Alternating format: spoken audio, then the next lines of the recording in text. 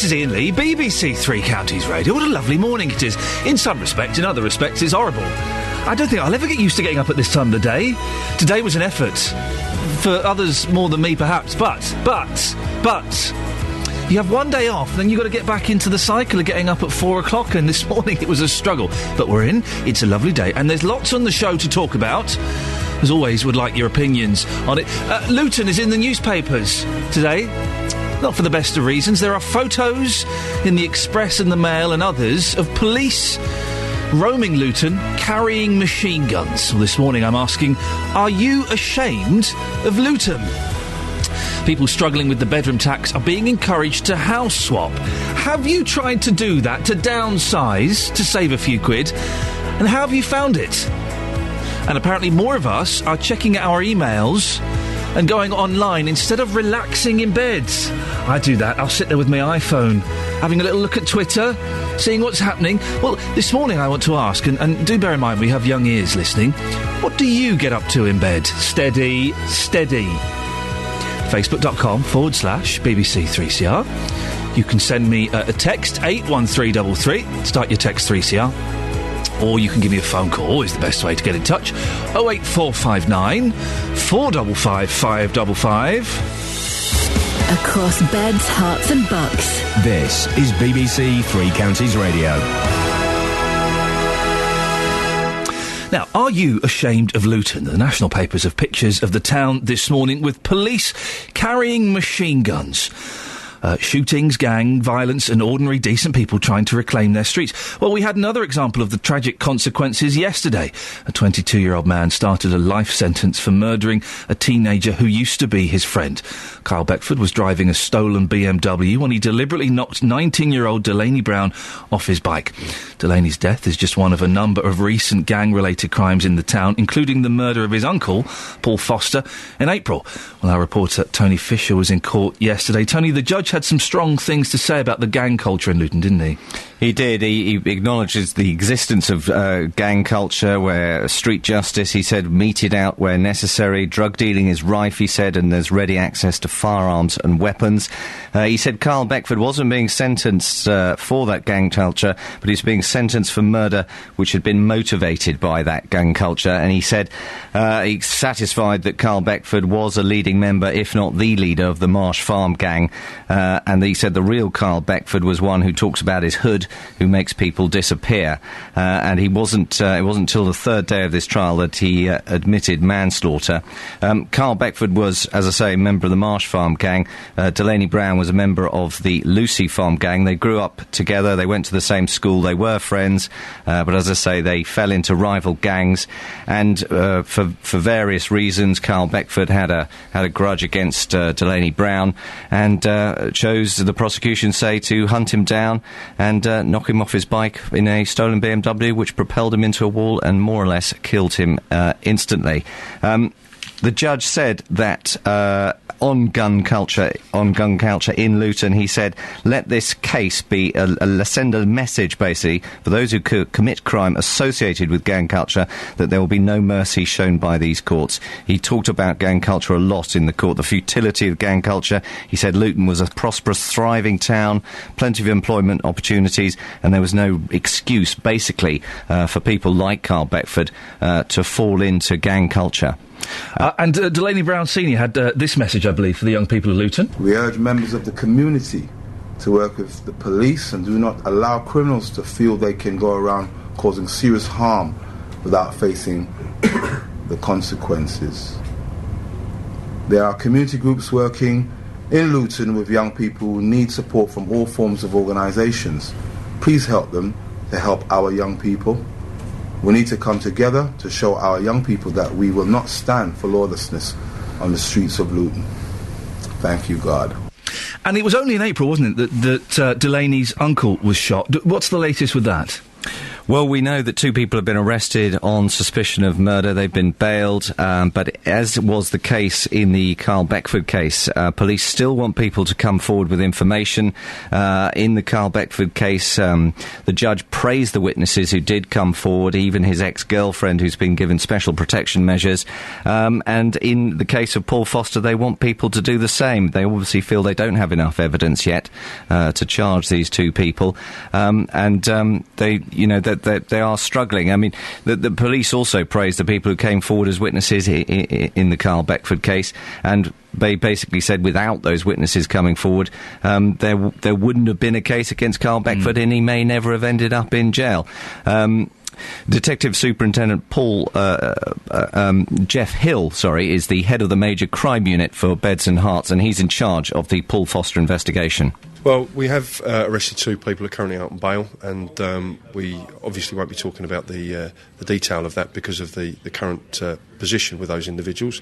Our investigation continues. We've got a large number of detectives working on that investigation at present. We do have some people talking to us. However, it is quite apparent that there are a number of people that could provide us with information that would be extremely useful to our investigation, and also make statements which would be evidentially very beneficial that have chosen not to engage with us. And that's hugely disappointing and makes our inquiry all the more difficult to achieve a successful conclusion.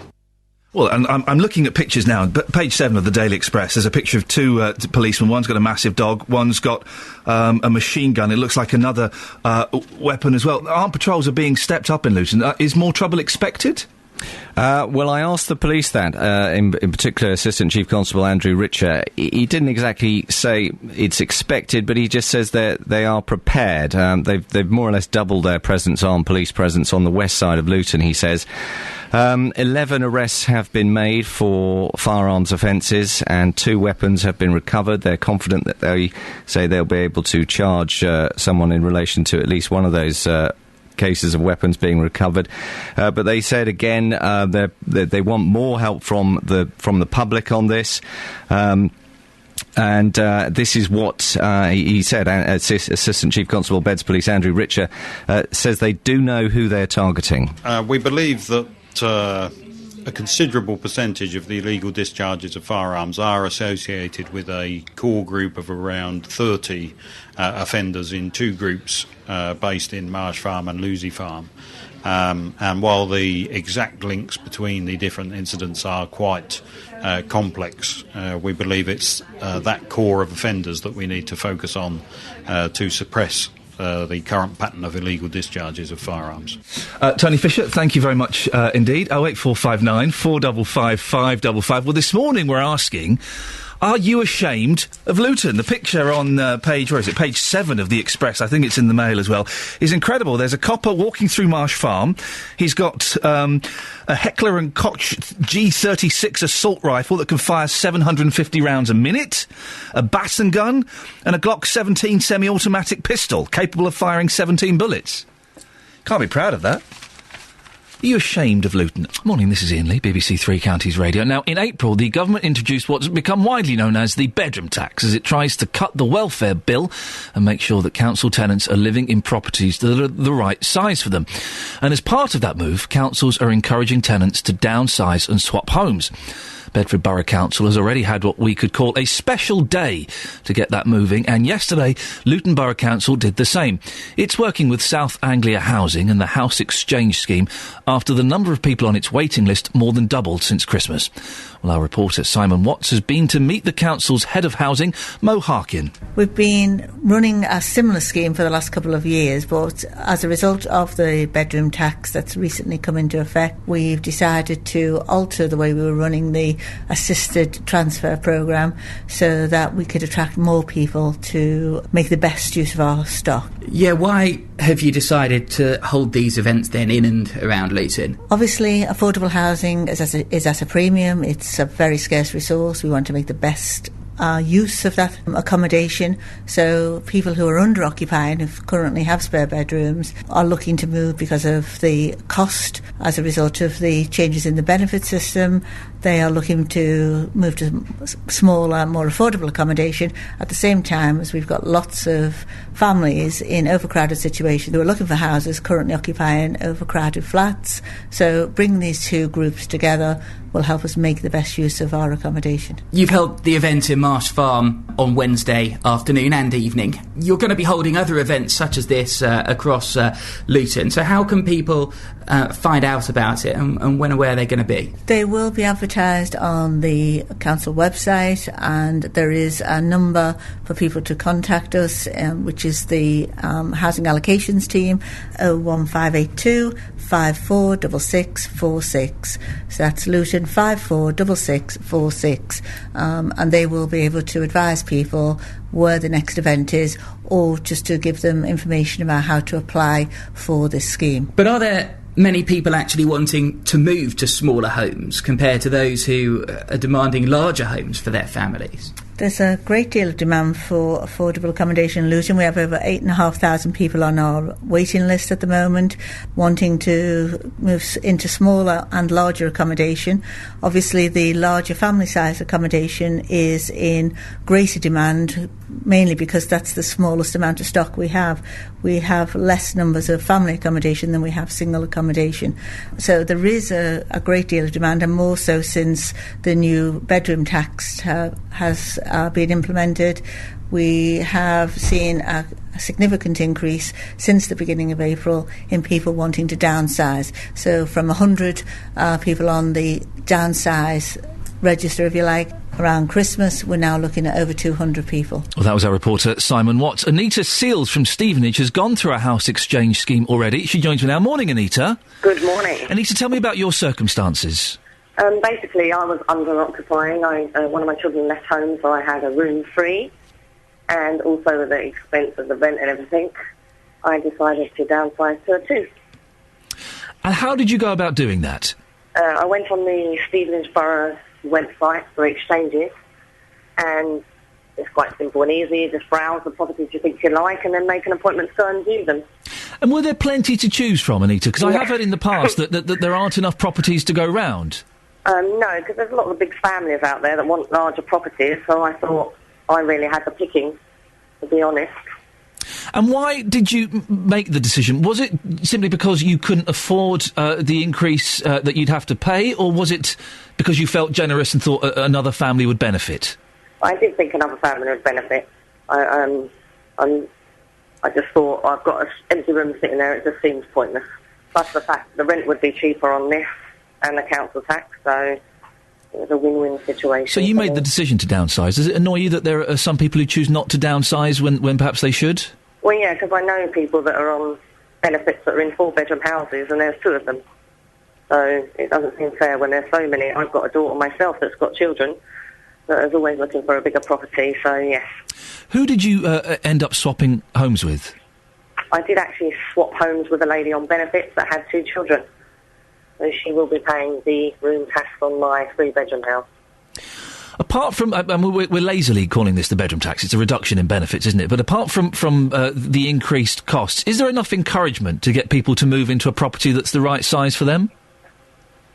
Well, I think so. Even with my parents on the scheme, they're in a 2-bedroom house, and they want to downsize to a flat. And the council will quite generously let us go and look around properties so that they can see what they're moving into. We're going to put them into sheltered accommodation. And the council has been really helpful and said, come and view some, let your parents see. So I think, yes, I think there's a lot of schemes out there at the moment now and a lot of help from the council. What would you say to those people who are living in properties that are too big for them? Be fair. They've been in a position where they've had children before and struggled to move and find a house that accommodates them, you know. And also, you do reap the benefits, lower rent and lower cost in bills. And finally, was it easy to do? How long did the process take? It took 8 weeks. It should have taken 6, but we both needed some work done in our house. But right. From start to finish, 8 weeks, and we were in the property. Anita, thank you very much. And are you happy where you are? Extremely. There you go. You see, that's the important thing. Anita Seals from Stevenage, gone through a house exchange scheme. If you want to find out more about the mutual exchange housing schemes, you can give the council a call, 01582 546 646. And we know there's a real problem with suitable council housing. But the question I want to ask today is, should council tenants be forced to move out of houses that are too big for them? Morning, this is Iain Lee, BBC Three Counties Radio, 08459 455 555. We'll do that in a little bit. Let's do the papers first, because otherwise it's going to get a little bit flustered. The Guardian, Amazon faces new questions over tax bill. Guardian investigation shows key role of British-based staff. I know it's naughty, Amazon, isn't it? But it's cheap. That's why we do it. Because it's so cheap. Let's be honest, we get all our stuff there. If they start paying more tax, then we're going to have to pay more money, aren't we? And there's a question as well on the front page of The Guardian of all the presenters aged over 50 on British TV in 2013. How many of them are female? 5. It would have. Is Nigella Lawson 53? Really? I'm shocked and surprised by that. The Independent. Tory rebellion on EU deals Cameron a hammer blow. The Daily Telegraph, Cameron threat to prosecute oil bosses. BP and Shell chiefs could face court if petrol price fixing allegations are true. The petrol companies fixing the prices so we pay more? No, I can't believe that. There was this thing as well that they're going to get motorway service stations to put the prices of their rivals on there. No one buys petrol at a motorway service station, do they? At the very worst, I'll put a tenner in to keep me going. But I won't fill up my car at a motorway service station. That's just ridiculous. Only a fool would do that. And there's a lady in a pink dress with an umbrella. I'm not quite sure what that is, who that is. The Times, recovery is in sight, declares bank chief. King hails higher growth and lower inflation. Britain is finally heading into a sustained recovery 5 years after the financial crash. Well, we'll see that. I believe that when it happens. The Daily Mail, new spectre of cloned babies. Scientists create embryos in lab that could grow to full term. And there's a picture of Nicole Kidman with a haircut. She's had a haircut. The Daily Express, soaring energy bills scandal, shocking 10% rise in prices to hit millions. And The Sun, Premier Star gang rape quiz. And then there's a picture of loads of nudie women on the front. What women really think of their bodies. Wowzers. 08459 455 555 with pictures of Luton in the press today and armed police wandering around. We're asking this morning, are you ashamed of Luton? And that's your latest news and sport. More from me at 7. Was the cricket man recording that in the toilet? I think he might have been. What was he doing? He needs to sit in the cupboard with a load of coats. That's what I'd do. Are you a fan of cricket, Catherine Boyle? It's on a lot. Right, and? It's the background to my life. I wouldn't say I was a fan. There we go. Thank you very much indeed. Across beds, hearts and bucks. This is Iain Lee. BBC Three Counties Radio.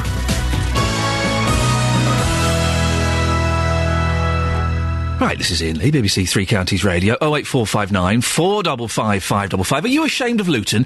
There are photos in many of today's national papers of police carrying machine guns in Marsh Farm. And yesterday we saw the consequences of gang problems in the town. A 22-year-old man starting a life sentence for murdering a teenager. So, are you ashamed of Luton? 08459 455 555. And as another of our local authorities has held a day encouraging council tenants to swap or downsize their property, should council tenants be forced to move out of houses that are too big for them? Call 08459 455 555. BBC Three Counties Radio. Now, BP is so worried about the huge costs it's facing after the Deepwater Horizon disaster in the USA that it's asking our government to step in. Well, Malcolm Bracken is an oil analyst and stockbroker at Redmayne Bentley in Hitchin. Morning, Malcolm. Morning. Now, remind us of the background to this story. Right, the BP was running a well that blew up and pumped millions of barrels of oil into the Gulf of Mexico. This destroyed fisheries and so forth, and in order to sort of head off endless decades-long lawsuits, they agreed to compensate the businesses that are lost. Unfortunately, they didn't specify that they needed to prove or causality, i.e. was it the well spill that caused their problem. So there's been BP are alleging that businesses are profiteering from them, basically. Right, they've written the state of Louisiana a blank check. So what are the costs? Is there a figure? The initial provision that BP made was $40 billion, but that's been blown out of the water. They've already sold their most profitable division, which is their Russian operations, and that's not going to be enough. So is BP concerned that they won't have the money to cover this blank cheque, or do they just think that everyone's having a laugh at their expense? Well, a bit of both. I mean, they said that the costs are sort of getting so out of control that it's going to prevent them paying dividends, and that's going to sort of cause their share price problems, which is going to mean that they're vulnerable to a takeover. They're not going to go bust in the immediate future, but they are going to have to sell even more of their profitable assets in order to pay for the well spill, and it's starting to look like it's looked like this for a long time, but BP are feeling that they're being shaken down. Am I going to end up paying for this? Is this going to come out of my tax? Unless you hold BP shares, probably not. OK, good. So is the government going to do anything? Are they going to step in? How can they help? I think they might try and have a quick word with Obama at the G8, but he's not demonstrated any inkling that he's going to play fair on this issue. He's seen it as an opportunity to beat up BP from the start. And some people might say, well, hang on a second, BP, you caused all of this damage, then you should be covering everything. They did cause the damage, but accidents happen in the oil business, and BP at one point was operating the world's largest fleet of ships to clean it up. So they've paid enormous sums of money to the clean-up. I don't think, compared to the behaviour of some American companies some other oil majors when they've caused spills elsewhere in the world, BP can't really be blamed for a lack of response, certainly. Now, thanks very much for coming in. Text 81333. Start your message with 3CR. Text will be charged at the standard network rate. BBC Three Counties Radio. I'd be very surprised if many people have much sympathy for BP, to be honest, in that situation. Now, a campaign has started to allow the Buckinghamshire Air Ambulance to fly at night. Over the past 5 years, 48 people have been killed and 360 seriously injured at night on the county's roads. Their air ambulance service says that shows there is a clear need to fly at night. At the moment, it's limited to daylight hours. Well, here's a flavour of the work they do. Laura's 2 children and her mother-in-law were involved in a horrific accident with a car in High Wycombe. My children were on a day out with their grandma when they were hit by a drunk driver. She was 3.5 or maybe 4 times the limit, I can't remember exactly. Seen by witnesses previous to the accident, careering all over the road and driving dangerously, and she actually hit a bollard before she hit the children. They were pedestrians on a footpath. She'd hit a bollard first, and then the noise had obviously drawn the attention of my mother-in-law, which had then... My mother-in-law actually shielded the children from the full impact. She was aware of what was about to happen, and my son has told us and witnesses at the scene that she actually shielded the children as best as she could, and took the full impact herself, which obviously has saved the lives of 2 of our children. Both children were airlifted in 2 separate ambulances, and our daughter received serious injuries, so they were actually able to stabilise her at the scene. They arrived at the scene within minutes, so without their intervention that day, like I say, things could have been drastically worse. We went back to base after the accident and met the crew that had lifted her, and they did say that obviously they can't predict the outcome, but if they hadn't have been available that day, the outlook with her was quite bleak. I mean, words will never be enough, really. We can't thank them enough, because without their service, I mean, Libby probably would not be here, and Joshua's injuries could have been an awful lot worse. So, yeah, we just can't thank them enough. Well, we can now talk to BBC reporter John Cuthill, who spent the week at the home base of the Thames Valley and Chiltern Air Ambulance at RAF Benson. Morning, John. Morning to you. How strong is the feeling that this service is needed at night?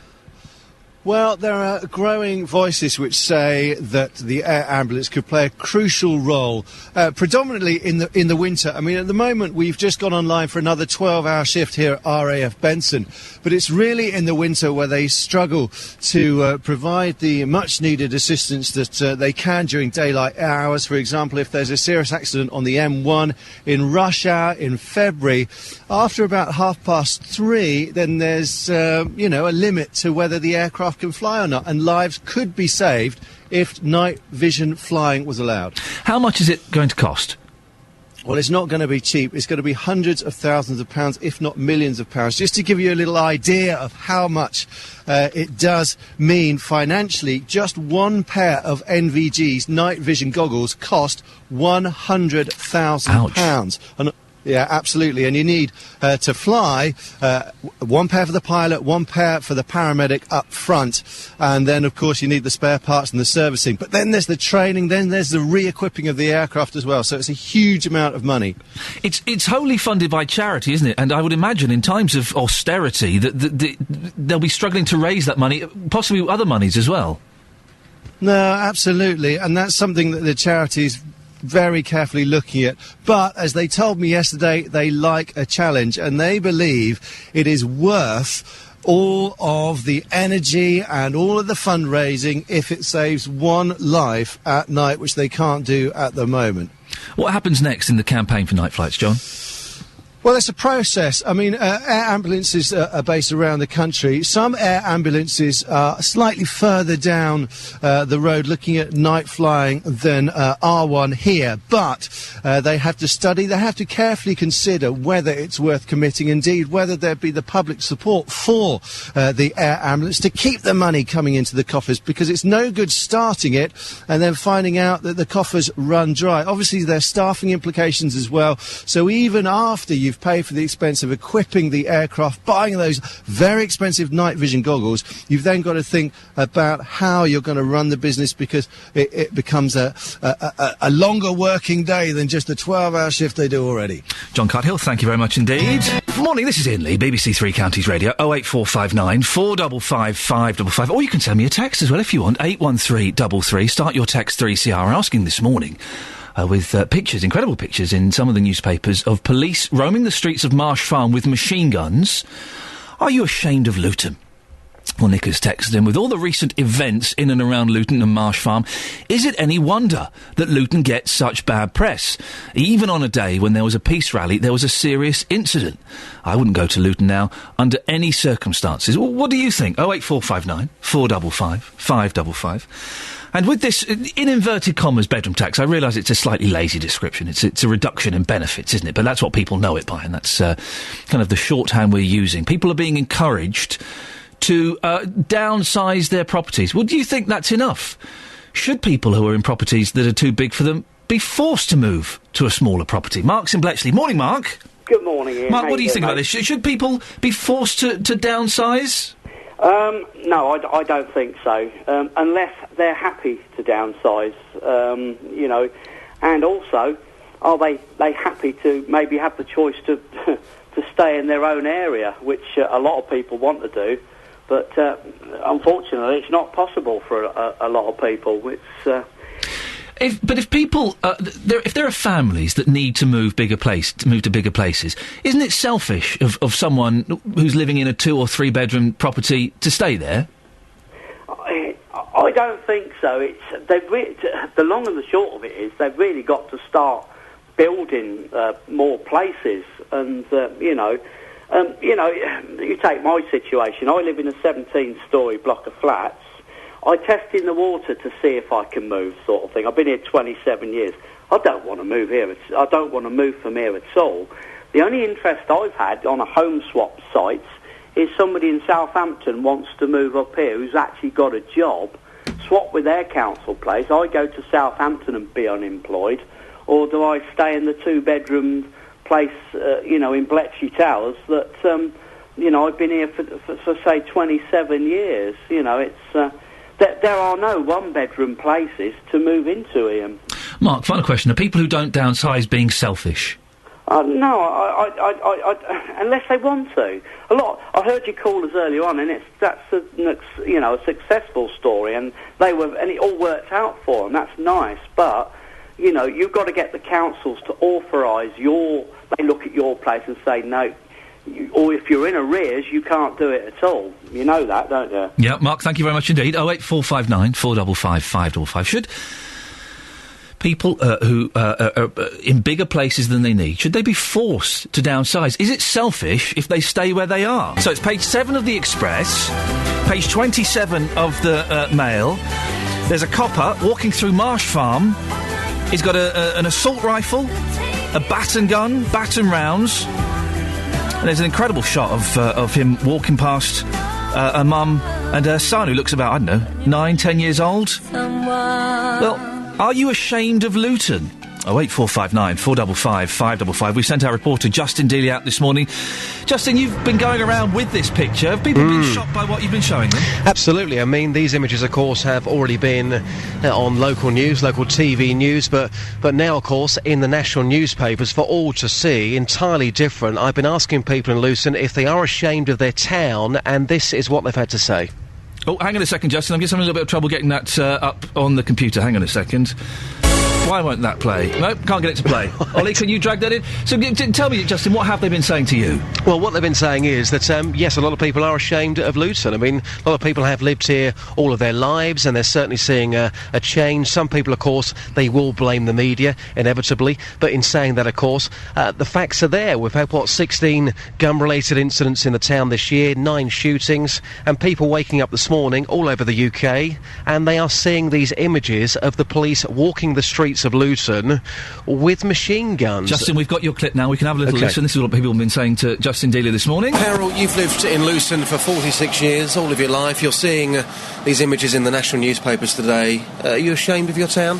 I am. I'm scared to go out at night times. I stay home at night times now. I used to go out in the town and walk around the streets. Now I stay home. And when you say to people that you're from Luton, what do they say to you? They just give me a funny look. Just stand and stare at me and say, what are you doing? Have you got any plans to leave the town? Hopefully. Then maybe in the next 3 or 4 years, yeah, hopefully, yeah, I can leave Luton. And how does it make you feel when you see these photographs in national newspapers? We're not talking local papers here. This is for everyone to see, police with machine guns. How does that make you feel as a Lutonian? Makes me feel ashamed of Luton, quite honestly.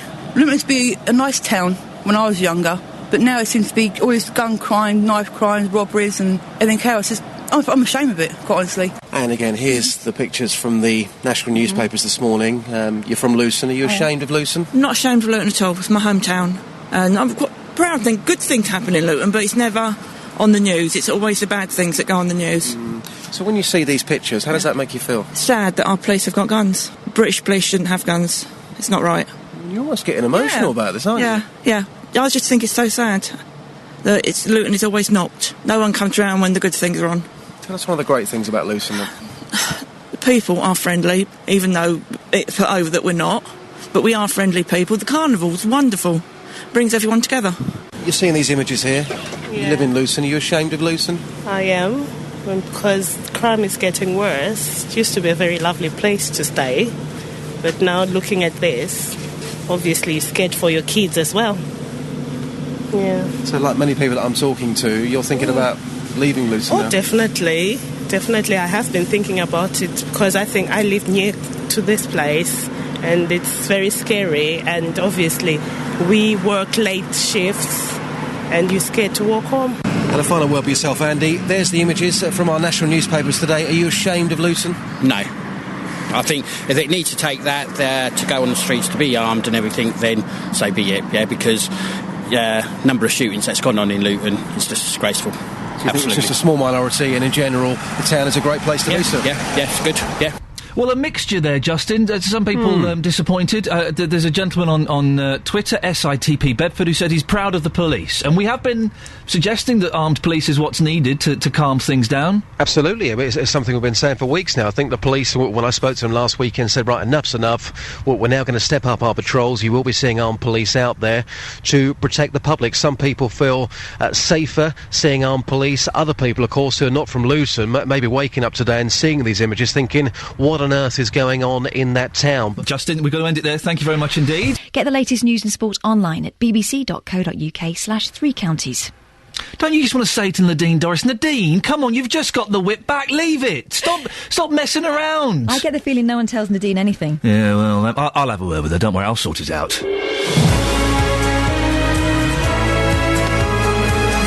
Morning, this is Iain Lee, BBC 3. Just leave it, Nadine. Stop it. You've only just got the whip back. Just keep quiet for a bit, for goodness sakes, my dear. Right, this morning, I'm asking, are you ashamed of Luton? Many of the national papers show pictures of heavily armed police in Marsh Farm following gun-related incidents in the town. And yesterday, the consequences of gang warfare as a 22-year-old man was given a life sentence for murdering teenager Delaney Brown.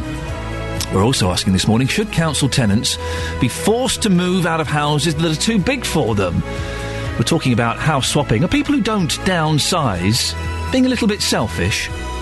And more than a third of all Conservative MPs, including 6 from this area, effectively voted against their own government last night over their regret at a lack of commitment for a referendum on the EU. We'll be speaking to one of them a bit later on. If you want to get in touch, do give me a call, 08459 455 555. Across beds, hearts and bucks. This is BBC Three Counties Radio. Well, our top story this morning, are you ashamed of Luton? National newspapers have splashed pictures of police officers with machine guns on our streets. Well, some of you are telling us this makes you proud of the police and makes you feel safer. Of course, the reason it has come to this is clear, a spate of shootings and gang violence. One tragic consequence of this was Delaney Brown. The 19-year-old was deliberately knocked off his bike and killed by gang member Kyle Beckford, who was driving a stolen BMW. Delaney's death is just one of a number of recent gang-related crimes in the town, including the murder of his uncle Paul Foster in April. We can talk now to Labour Deputy Leader of Luton Borough Council, Sian Timoney. Good morning, Sian. Good morning, Ian. Do you ever feel ashamed of the national image of Luton? No, I'm really not ashamed of Luton at all. In fact, I'm very proud. Like some of your listeners, I'm really proud of our people, and there's 2 reasons for that. The first reason is that our people are coming together with the police, with other agencies, and sending a really strong message to criminals and those involved in gangs that we will not tolerate their kind of activities on our streets. And the second reason is because of our residents, because of the people of Luton who were brave enough to come forward as witnesses, that we had the conviction that happened yesterday, and one very dangerous criminal is now off our streets. 16 gun-related incidents this year. Yeah, absolutely. That is quite shameful, isn't it? It's not shameful at all. No, I'm absolutely not ashamed. You're not proud of it, are you? Absolutely not. But we're talking about a very small number of people. This reflects really badly. I'm quite angry with these criminals. It reflects badly on our town. It's not something that happens all the time. And there are a very small number. If you talk to the police, you'll find a very small number of people that are involved in these kind of activities. 16 gun-related incidents isn't a small number. You're not ashamed of that? No, I'm not ashamed. I am proud of our police and the way they are dealing with it in a robust manner in order to bring these criminals to justice and lock them away for a long time, make our streets a safer place for everyone all around. Luton does have a bad image. A lot of it, I think, is unjustified. Having worked here now for 8 or 9 months, I love Luton. I think it's great. It's got some brilliant things that happen and some brilliant people. But page 27, I think it is, of the Mail, page 7 of the Express, the headline in the Mail, Playground Gun Law in a grim portrait of modern Britain, rifle-toting police mixed with children on estate plagued by gang shootings.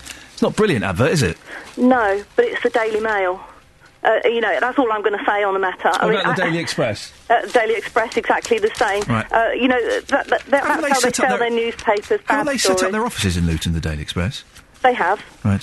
And you're quite happy to criticise them? I'm criticising their reporters for the way that they portray Luton, as you've already rightly said, not in an accurate manner. Well, there's a picture of a copper with a machine gun walking past a 10-year-old lad. That's accurate, isn't it? That's happening. It is accurate, but if the police decide that that's what's needed and it makes our residents feel safer, then the council are 100% behind that. Do the police have the resources to maintain a significant presence in the areas where this is happening? Well, yesterday Ollie Martins, Police and Crime Commissioner, alluded to the fact that Luton is very much has the same demographic, same crime profile as maybe an inner city area. Unfortunately, I don't believe they have the same level of budget, so that's definitely an issue for the police.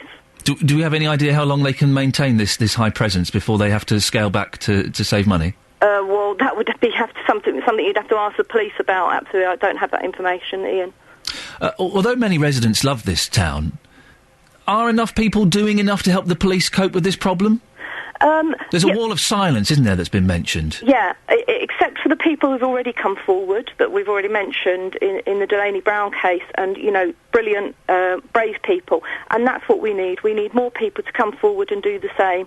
They can ring Crime Stoppers on 0800 555 111. They can speak anonymously to the police. It's our residents that are out there. They see what's going on. But you can understand, can't you, why people will be silent? There are people out there who know these idiots that are shooting people, that shot this lad in the back a few days ago. You can understand why they would be scared to talk, because they're worried they'll get shot, or their kids or their mum will get shot. Of course. Is there enough support for these people? Yes, I think there is, and I think people do need to talk to the police anonymously, and the police can give them that reassurance that they can be protected. Please don't be fearful. Let's help the wider community and get them off our streets. Sean, it's easy to say please don't be fearful, but if there's a chance that my mum's going to get shot or my little boy's going to get shot, I would be reluctant to come to the police, knowing that I'd probably have to go to court at some point as well. Yeah. Again, fully agree with you, but people do have to stand up. This is our town, we're proud of it, and we're not going to let these criminals run our streets. We're not going to tolerate it. Let's stand together and be firm and send that clear message to them. If there was a chance that, I don't know if you've got kids or something, if there was a chance that a member of your family could be shot in retaliation, yep. Would you go to the police? Absolutely, yes. Really? In fact, my son said to me yesterday, Mum, are you really going to do these interviews? What could happen? There could be comeback on you speaking out against these gangs and violent criminals. No, we can't let them rule our lives. We can't let them rule our town. We have to be strong. Final question, what is the council doing to help? The council's doing a real great deal. They work closely with the police, supporting their operational activities, but also lots of agencies, health, police, charitable groups, community groups, trying to engage young people in positive activities, perhaps diverting them from a path of crime and showing them a better way. We're doing lots of that work right across the town. Sian Timoney, Labour Deputy Leader of Luton Borough Council, thank you very much. Well, our reporter, Justin Dealey, is out and about. Justin, where are you? I'm just in Luton Town Centre at the moment, actually, and I'm with Paula. Paula, thanks for joining us live across Beds, Herts and Bucks. I mean, just how concerned are you about crime in Luton? You live in Luton, how concerned are you? I'm very concerned. I have 2 young children and I want a safe place for them to grow up in. You've seen the images in the newspapers this morning. I've just shown you them. You've heard the comments already this morning. What's your reaction to what you're waking up to today? I think where I live is okay, but other parts of Luton it can be quite dangerous, and seeing small children with policemen with guns, it's not a good image. Terrifying? Yeah. And when you say to people you're from Luton, what do they say to you? They give you that look. I've heard this. People say to me this morning, they give me that look as if to say, why do you live there? I don't come from Luton, but I do live here now, and it's not the nicest place, but it does have good points. And with young children, are you thinking about leaving the town? I'd love to leave the town, but at the moment... You're just being honest? I am being honest, yeah. I'd like to go back to where I come from, but at the moment that's not possible, so I have to stay here. Okay. Thank you very much indeed. Again, Ian, it keeps on coming up, and again, Luton has got a lot of good points to it. Again, let's not forget those points. I mean, Carnival's coming up. That's a fantastic day. A lot of people get very excited about that, but again, the people this morning with their views, just being completely honest, if they had the choice, they certainly would leave Luton. And waking up and seeing these images in the national newspapers, not local papers, national newspapers, very, very concerning to these people. And Justin, as you know, we constantly try and promote the good sides of Luton, and having worked here for 8 or 9 months, I think there are some fantastic things. There are some wonderful people here. There's some great stuff, and a lot of the bad press is completely unjustified. But, there are police with machine guns walking around Luton today. Caroline on Facebook says, I don't live in the area, just outside Luton. It's such a shame that the media have to portray Luton in such a negative way. The many good people will be moving out of the area and only scum will be left. Then where will it be? But you can only portray the facts, can't you? You can only say what's been happening in Luton this year. And again, going out today, I'm apologising to people, asking them that question, are you ashamed to live here in Luton? I've got to apologise for that, but then again, you can't get away from the facts. 16 gun-related incidents, 9 shootings. We've seen the images on TV from Look East, and now, of course, people all over the UK looking at these images of seeing police walking around parts of Luton with machine guns, walking past young children. You can't get away from those facts. Well, there's someone on Facebook suggesting there may have been another gun-related incident. We'll have a look into that to see if there's any truth or if it is just one of those internet rumours. Justin Dealey, thank you very much indeed. You can have your say on this if you want. You can either give me a call, 08459 455 555. Are you ashamed of Luton? Or go to the Facebook page. Susan Swan says, this is such a shame. It'll be a very small minority creating this issue, putting fear into the majority. Apparently it is a small number. I think the police have said it's something like 30 people that are responsible for this, and they know who they are. When I asked the policeman why they couldn't go and arrest them, it doesn't work like that. Oh, it's not as easy as that. Go and bang them up. Susan continues, I'm sure it's all drug-related. We don't live in the area concerned, but it's not that far away. So many good people's lives could be at risk in the crossfire of it all. Steve Tomlin on Facebook says, I used to live one street away from the shooting. We got out of there 6 years ago. It was horrible then.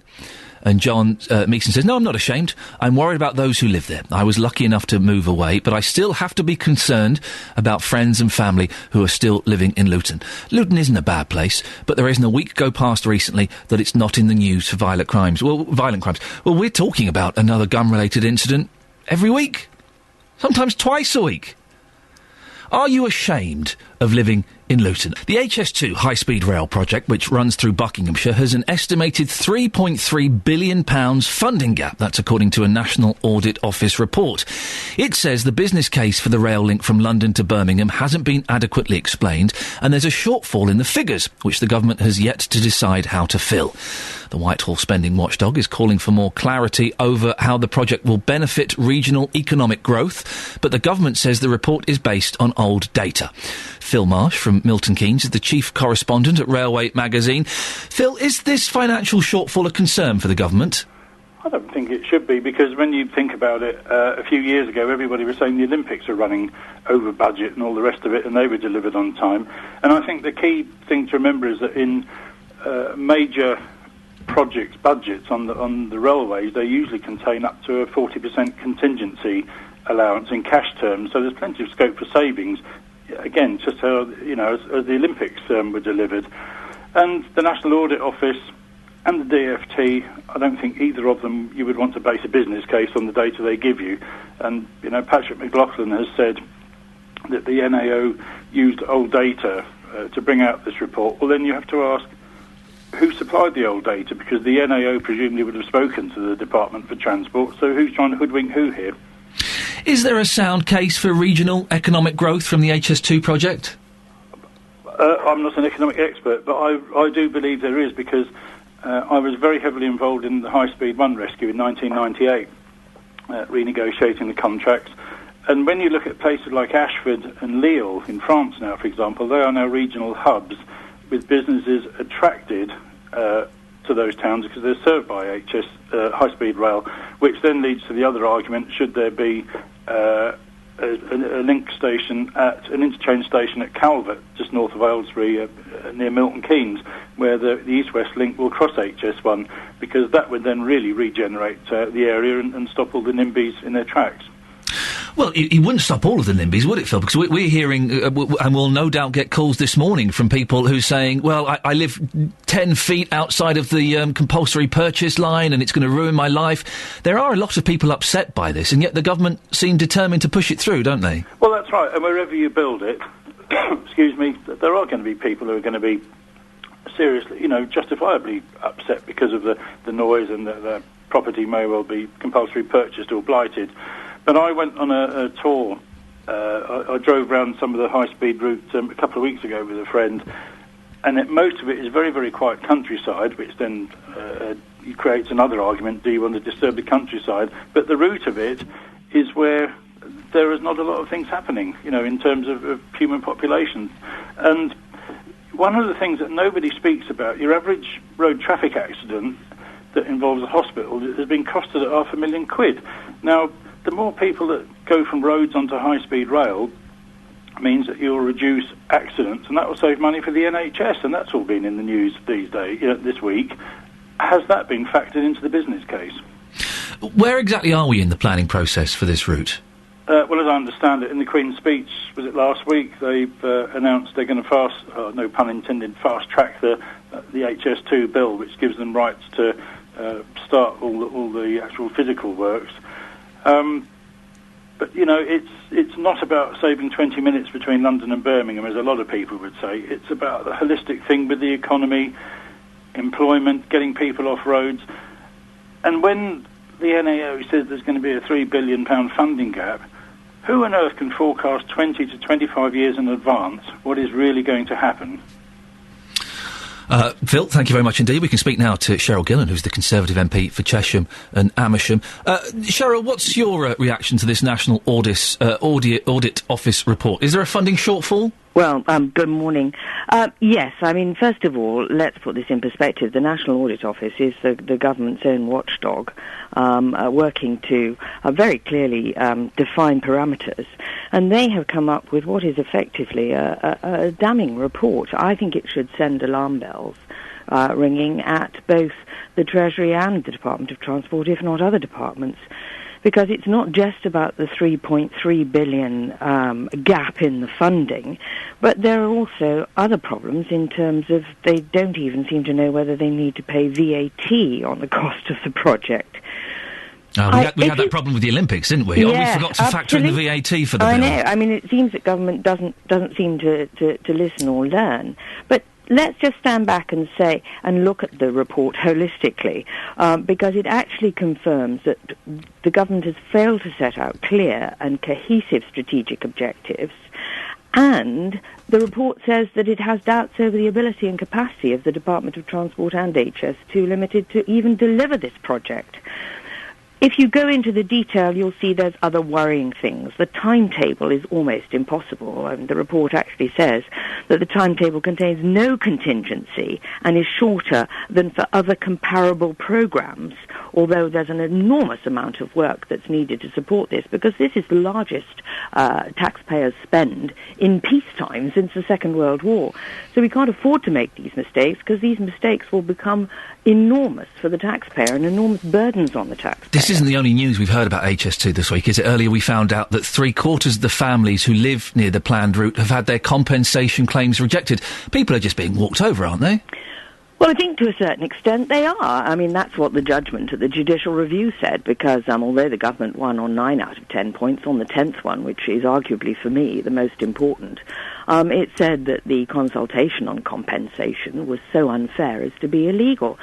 And I think, first of all, I think this report actually calls the whole project into question, because the benefits that are being articulated, or so-called benefits, are not proven, and indeed will not happen for 10, 20 years. You can't rebalance the economy without actually building the northern part of this high-speed railway link.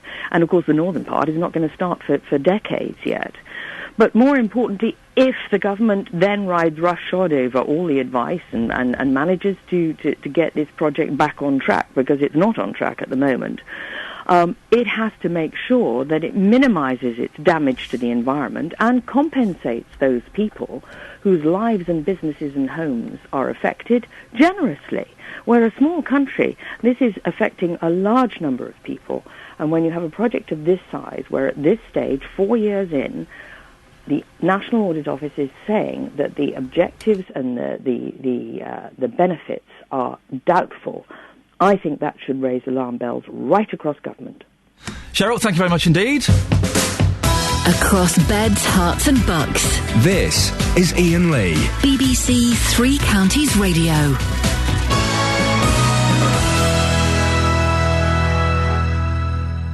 Let's have a look at the front pages of the newspaper, shall we? Let's go through these and see what we can find. The Independent Scientists hail giant leap in human cloning. For the first time, researchers have created human embryonic stem cells from skin cells, using the cloning technique that led to the birth of Dolly the sheep. And Tory rebellion on EU deals. Cameron, a hammer blow. Well, there you go, you see. That's it was all... We were hoping to speak to Nadine Dorris about that, but her line has just dropped off. Nadine, give us a call back, for goodness sakes! The Times, there's a picture of an actor and an actress on the front page. Wow, that's exciting. They must be doing something. And recovery is in sight, declares bank chief. King hails higher growth and lower inflation. Britain is finally heading into a sustained recovery. 5 years after the financial crash, the Bank of England governor said yesterday. The Daily Telegraph. Cameron threat to prosecute oil bosses. BP and Shell chiefs could face court if petrol price fixing allegations are true. What? No. The petrol companies colluded together to make us pay more money? I won't have a word of it. No. Oil company executives should face criminal prosecutions if they're found to have fixed the price of petrol, David Cameron said last night. The Prime Minister will look urgently at extending criminal offences to cover market manipulation in the energy sector after BP and Shell offices were raided by European authorities on suspicion of rigging oil prices. Really, I can't believe it. No. And wrong drugs given to 10,000 cancer patients. More than 10,000 cancer patients were given the wrong drugs last year, a major survey finds. The report by Macmillan Cancer Support exposes an alarming subculture of poor care. The Guardian. Fewer than 1 in 5 presenters at major broadcasters over the age of 50 are women. A new study reveals today. Research compiled from... a fairly interesting story. What's more interesting is that Nick Knowles is 50 and Nigella Lawson is 53. And Nigella looks a lot better than Nick Knowles, I'll tell you that. Nick Hewitt's 69. Jeremy Clarkson is 53, I can buy that. Lineker's 52. Kirsty Walk is 58. Now, Kirsty Walk... Let's just say, if things fell apart in the Lee household and Ms. Walk became single, hey, boy oh boy, would I'd be knocking on Kirsty Walk's door. Oh yes, it's the slightly wonky eye that does it for me. The Express. Soaring energy bills scandal, shocking 10% rise in prices to hit millions of households who are facing crippling rises in their monthly energy charges will be hit by further big price hikes at the end of the year. Experts warned last night. The harsh winter, extending into a cold spring, plus price rises expected in the autumn, could push the average annual fuel bill up by 10% to 1,600 quid. My last bill for 3 months was £1,000. I know. 600 for the gas, 400 or thereabouts for the electricity. It's my wife's fault. Oh, let's turn the heating on all night, shall we? No, put a jumper on. Be cold at night. It's healthy, isn't it, to be cold at night? To be shivering slightly? It's good for you to be healthy. If you're warm all the time... I don't know if this is fact, but if you're indoors and warm all the time, that's bad for you, isn't it? Because that allows germs and bugs to breed, so you get ill. I reckon. The Daily Mail. Cloned babies and Nicole Kidman has had a haircut. Is front page news? Really? Really? And The Sun. There's some women of differing shapes naked. And Prem Star Gam Rape Quiz. And that's the latest news and sport. More from me at 8 o'clock. I'm getting abuse on the internet, Catherine. Not again. I know, there's a surprise. Who'd have thunk it? Because I said that I thought Kirsty Walk was a fox. There's nothing weird about that. She's an attractive, brainy, arty woman. Well, intelligence is often very attractive. Yeah. Do you have anybody that is a little bit odd that you've kind of got the hots for and you tell your friends and they're like, what? Michael Palin. I can understand that. He's charming. He looks like Michael Portillo, doesn't he? He does a bit. So do you fancy Portillo as well? Not a bit, no. OK. Across beds, hearts and bucks. This is Iain Lee. BBC Three Counties Radio. You can send me a little text if you want with your cheeky, bizarre crushes. I think Kirsty Walk, I don't... no, not at all. Wonderful. Wonderful woman. Slightly wonky eye. Brainy, arty. Fantastic. An accent. Oh, I'm there. I'm in love. 81333. Start your text 3CR. There are photos in many of today's national papers of police carrying machine guns in Marsh Farm. Well, this morning we're asking, are you ashamed of Luton. And as another of our local authorities has held a day encouraging council tenants to swap or downsize their property, should council tenants be forced to move out of houses that are too big for them?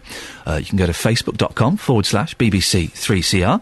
You can send me a text 81333, or you can give me a phone call 08459 455 555. Now, more than 100 of David Cameron's MPs challenged his government's approach to Europe last night. The Conservative backbenchers voted to show regret that the Queen's speech last week didn't include a bill allowing a referendum on whether Britain should stay in the EU. 6 local Tory MPs and 1 local Labour MP voted for the amendment. The 6 Tories who backed the amendment from our patch are Wickham MP Stephen Baker, James Clapperson from Hertsmere, Mid Beds MP Nadine Dorris, Stephen McParland from Stevenage, St Albans MP Anne Main, and Andrew Salou from South West Beds. And the Labour MP who voted for the amendment is Luton North MP Kelvin Hopkins. Well, apparently she's standing by her kettle, which means we can speak to her. We can go to Nadine Dorris. Good morning, Nadine. Good morning. Is that the only place you can get a signal, by your kettle? Yeah, actually, no, I'm stood in the bed, but there you go. Oh, steady on. Now, why did you vote the way you did? Because I'm very aware that the constituents in Mid Bedfordshire want to have a referendum and be given an opportunity to exit from the European Union. And I don't think that MPs' promises or government's promises that we will have a referendum in 2017 actually work. I don't think people believe politicians' promises. And I was expressing my regret that people aren't being offered a referendum at the same time as they will vote in the general election in 2015. We can't trust politicians' promises, Nadine. What on earth are you saying? The Prime Minister himself has promised it. Are you implying that he could be lying? No, I'm saying that people don't believe politicians' promises. I'm not saying they can't trust them. I'm saying people don't believe. And if you say to the general public, we'll give you a referendum and we'll give it to you in 2017, but we've just got a little hiccup of a general election to get through in 2015, they aren't going to buy that. That just isn't going to work. What people want is something within a time frame that they can understand and see is going to happen very shortly.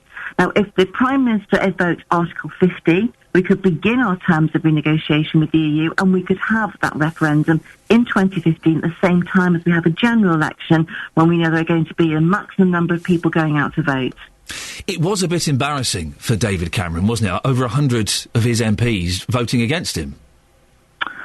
One could possibly say that. I think it was probably more a message and an indication that perhaps we need to change track, or the government needs to change track and think about things a little differently. You know, we have got a private members bill going through ballot at the moment, and the government have promised government time to whoever wins that private members ballot in order to put through a bill for a referendum. So there is hope. I think the government are listening, but we don't want what the government are going to listen to is a bill for a referendum in 2017. That time frame is just not good enough. You know, if we can go to the country just to appease the Liberal Democrats and say, here's a national referendum on our voting system on AV, which is really important to the majority of people, why can't we give them a referendum on something which is important to them, which is our membership of the European Union? Have you spoken to your constituents about this? What do they say? Oh, well, I get letters and emails all the time. Nobody sends me an email saying, oh, please don't have a referendum, we don't want one. The majority of my emails are, my daughters, my grandchildren have never had a vote on this in their lifetime. We don't want to send £53 million a day to Europe. We want out. We don't want ever closer political union. They're the emails and the letters I get. Nobody emails me and says, actually, we'd quite like to stay in. Now, you mentioned the £53 million a day. That's a UKIP line. Isn't that slightly misleading as well? Because it doesn't quite work out to be £53 million a day once we factor in all of the benefits we get. Actually, I think the UKIP line is 70-something million pounds per day. The actual raw cost is 53 million. That's a given figure that the government don't challenge. But with all the benefits that we get and the rebates and things, doesn't it average out about 19 million a day, something like that? Well, you can argue it on so many sides. You could say that it's costing us even more than £53 million a day because of our trade agreement. Would that be true? And we can't trade with other countries in the world in the way that we want to, that we actually lose more than the £53 million a day. So it depends which side of the argument you want to take. I was listening recently to a professor from Oxford who is the UK's authority on the cost of our EU membership, and he actually said it is impossible to take a definitive position because there are so many complexities and so many arguments that you need to throw in. But actually, £53 million a day is more or less an average and a fair assumption of the cost. What's this about you wanting to stand on a joint ticket with the Conservatives and UKIP at the next general election? No, what I said was that near the time of the general election, it's not just me, Peter Bone has said this before me, actually, the MP from Northampton, and Jacob Rees-Mogg has said it before me.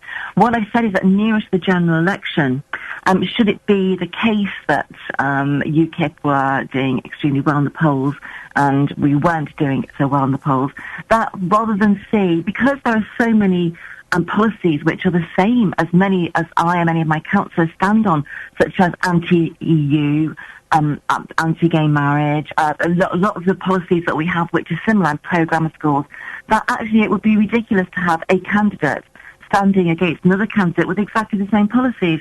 And it's actually an issue more of a concern for my councillors than me. So what I said was that because the government have enabled us now, as new legislation, to be able to put two logos on the ballot paper, that this was something that I would consider and talk to my association about going forward. So that's what I'm going to do today. We're 2 years away from the general election. But the Conservatives have kind of said, no, this goes against our policy completely. How do you react to that? Yeah, of course they have. But, in 2015, when 30 of their MPs want to do this, then, I've got a majority of 50,500. It isn't such an issue to me. But there are lots of MPs on small majorities who actually have voted against EU referendums in the House of Commons, voted against EU increases to EU budgets, voted for an EU referendum, who are the kind of people that UKIP may think, well, really, we could endorse you and then put our firepower elsewhere. And I think those MPs who are on marginal seats will be having those conversations in a couple of years' time. Are you not tempted just to jump ship and go completely UKIP? No, because as I've said so many times before, I am a Conservative and always have been. Yeah, that's like saying to you, I don't know which football, I'm a Liverpool supporter. It's like saying to me, wouldn't you like to go and support Man United? You can't do it. It's not something you can do. Nadine, listen, you've only just got the whip back. Can't you just keep quiet for a little bit? Stop rocking the boat, for goodness sakes. Look, if you say to me, say something to your constituents, don't go and vote for this EU referendum, just stay quiet and pretend you do want to go ahead with what the government are doing, then you'd be asking me to deceive my constituents. If being a rebel every now and then and having my head shot off means that I'm representing the views of my constituents and standing up for Mid-Bedfordshire, then I'll do that every time. What have some of your colleagues thought about you getting the whip back? Have they welcomed you back with open arms, or have some people been giving you the evil eye? No, David Davis threw a party for me on Monday night in the House of Commons, which, shall we just say, was very well attended and went on for a very long time. It sounds like there was lots of booze flowing. Was that the case, or was that probably not for discussion? Booze. No, not lots of booze. It's quite late at night, but it was a good evening, and lots of my colleagues came to show their support, and it was very good. Nadine, thank you for coming on. Just quieten down a little bit. Just relax, okay? It's not good for you, all this stress. If I did, you wouldn't want to talk to me, would you? Oh, that's probably true. Nadine Dorris, thank you very much indeed. 08459 455 555. Call 08459 455 555. BBC Three Counties Radio. Now, did she say she was in bed? I think she did, didn't she? Wowzers, there you go, you see, that's... Right, listen, it's on the pages of the Daily Express, page 7, the Daily Mail, page 27. It's an incredible picture of... I know it's a cliché, but aren't police officers getting younger these days? There's a boy, virtually, an armed policeman walking through Marsh Farm with a heavily armed policeman guarding the playground, assault rifle at the ready. It could be the scene of a terror alert. In fact, this is a routine patrol just yards from a suburban primary school. The show of force is designed to calm residents of an estate plagued by gang shootings. Well, it's this copper. He's got an assault rifle, he's got baton rounds, he's got a baton gun, he's got another gun stashed away somewhere, a reinforced baseball cap. No, there's a reinforced baseball cap. The story goes on. The violence has left law-abiding families so terrified they welcome the patrols even if they risk scaring children. Faye Bell, 37, a mother of two, said, "The armed police might seem heavy-handed to some people, but to us they're hugely reassuring. It's very sad that it's come to this, but we need the police to be armed so they can protect our kids." So 2 pictures. One, this guy with his finger hovering over the trigger, walking past a playground. And another one, I think it's the same gentleman, walking past a mum and her kid. He's got a packet of Haribo. The kid, he's 9 years old? Are you ashamed of Luton? We've been asking, I've been suggesting that armed police, more patrols, stop and search is what is needed to catch these little oiks that are doing this. But are you ashamed of Luton? Luton gets such a bad press, and to be honest, you asked me a year ago, I would probably have been part of the people knocking it. I would have done, I didn't work here. I've worked here 8 or 9 months. I love Luton, it's great. Some fantastic people, some wonderful things. It's lovely. There are bits of it that aren't lovely, it's maybe a slight exaggeration, but there's some good stuff. But when you see things like this in the national press, does it make you ashamed of Luton? 08459 455 555. You can go to Facebook as well and have a little comment there. Facebook.com/BBC 3CR. Let's just pick a couple of these at random. Angela Howard says, "It was in the top 8 worst places to live in the country. I remember the riots there. Horrible." And Alison Fletcher says, "You cannot be ashamed of a town. It's the very few in it that are making it a place where people would not want to live or visit. As for the guided busway, now even a bigger waste of money, as people will not want to go there to shop." Morning, this is Iain Lee, BBC 3 Counties Radio. If you want to get in touch, give me a call, 08459 455 555. Now, as legal tests begin into the government's so-called bedroom tax, councils in the 3 counties are holding events for people wanting to downsize or upsize. Luton Borough Council says that the number of people on its waiting list to find a smaller home has increased from 100 at Christmas to more than 200 since benefit changes in April. Well, our reporter Simon Watts has been to the latest event in Marsh Farm. The bedroom tax has affected around 660,000 people across the country, and it means on average those people with spare bedrooms are losing £14 a week since the benefit cuts at the start of April. Ministers insist the changes are legal, but a group of disabled people and their families are challenging it at the High Court, saying it's discriminatory. In areas like Marsh Farm, where I've come here in Luton today, there remains a huge demand for council housing, and Luton Borough Council are using the bedroom tax to look for people who might now want to downsize, to do a swap deal with those who need somewhere bigger. And here at Futures House, the latest Mutual Exchange Day is being held. Well, a number of stalls have been set up today with housing associations and partnership with the council, offering advice and information to people who want to swap homes. I'm here at the stall of House Exchange, where I'm joined by Kim Duran, who's the manager of the national scheme. What's your role in this? So I manage the House Exchange website. This is where tenants come to register their properties. They're looking for a swap. The system automatically matches them up. Then once they've found a swap, they go to their landlord. You described it to me before almost being like a dating website. So once they get registered on the website, what will happen from there? So yeah, it is all about finding that match. So once they've registered and the system matches them up, they'll have a number of properties that match to their requirements. Might be looking to move because of the changes in benefits or to move closer to family, and this system matches them all up with these requirements and finds them a home. And what process, once you've found a match, do you go through from there? So this is once you found a match, you'd get in touch with your landlord, you'd fill in some application forms.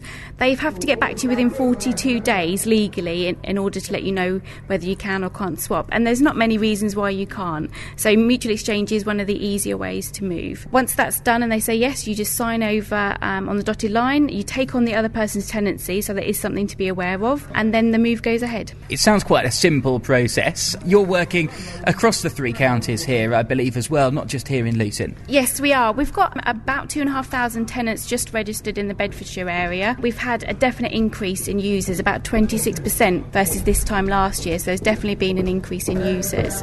We've also got 16% of people are looking to downsize now, which last year was only 9%, so the benefit changes have had a real impact on mutual exchanges. Well, thank you very much. That's Kim Duran from the Housing Exchange. Now, if you are interested in moving house and would be prepared to swap with somebody else looking to either upsize or downsize, then you can find out more by going to the website to register at www.bedfordshire.houseexchange.org.uk. Well, that's Simon Watts, our reporter. Make it sound very easy. Have you tried to do a house swap? Because the reduction in your benefits, the bedroom tax, has forced you to rethink your housing. Have you tried to do a house swap and found it perhaps a little bit more difficult? And if you don't swap houses and downsize, are you selfish? 08459 455 555. We can talk now to Marie Taylor, who's the head of Housing Management Services at Bedford-based Housing Association, BPHA. Marie, it all sounds very easy and very straightforward, but I thought that there was a shortage of appropriate housing. There is a shortage of social housing, and there are lots of people on the waiting list.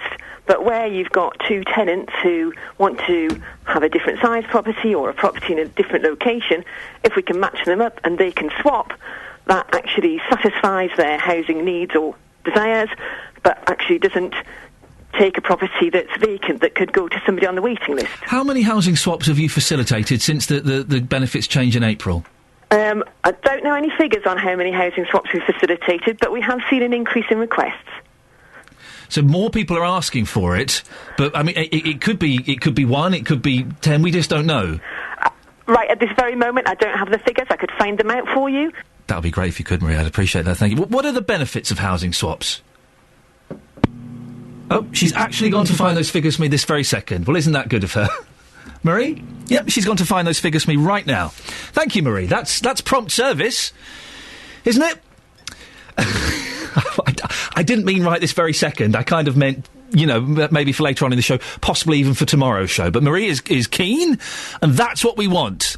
It's an interesting question, isn't it? Because it could be. I'm sure there's more than one swap. But it could be one swap. There's been an increase in requests. I'd love to talk to you this morning if you have tried to do a housing swap. Have you found it easy? Have you been successful, or have you been left wanting? 08459 455 555. That's very. I'm impressed by that Marie Taylor's effort there. I asked her to get the figures. She's gone off to do it immediately. Forget it. No, I'm going. Well, good for you. Well done. And if you don't downsize, are you selfish? There is good reasoning behind it. There are loads of families with 2-3 kids that are stuck in 1-2-bedroom houses or flats, and they need a little bit more room, don't they? So if you're a couple and you've got 3 or 4 bedrooms, are you a little bit selfish? 08459 455 555. Marie, I believe you're back. Yes, I'm very sorry. My battery ran out. Oh, OK. No, I thought you'd gone off to get those figures for me then. I thought that's keen, but don't worry so much. I was asking, what are the benefits of housing swaps? Well, I think people may be able to move quicker than if they're waiting on the waiting list. Waiting lists can be quite long, and if people can locate a person to exchange with, they might be able to get the move that they want faster. Are people who don't downsize a little bit selfish? Because the reasoning behind this, whether the actual science is good or not, I don't know, but the reasoning behind this is sound, isn't it? But bigger families can move into more appropriately sized properties. I think that's a good opportunity. However, sometimes people who don't downsize are staying in a family home they've lived in for a long time. So I do sympathise with them too. Do they have a right to complain, though, if they're losing benefits, but yet they're staying in a larger property? Well, that's a government policy. So, I really can't comment on that. People do get attached to where they live, don't they, whether it's a council tenant or not. So I'm imagining a lot of people won't want to move. Should they be given more of an incentive to downsize? Well, we will look at giving people incentives, and we do have a policy which will offer help to people to move if, not having the money would be a barrier to it. So are you offering people cash if they move?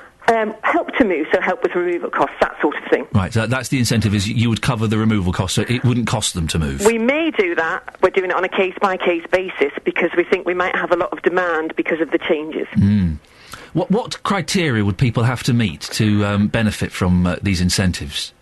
Well, as I say, we're doing it on a case-by-case basis because we're still feeling our way. It's quite new for us too. Right. But you can't give. I mean, would you have to be earning below a certain amount of money? Would you have to shout loud enough? What would you be looking for in these case by case bases?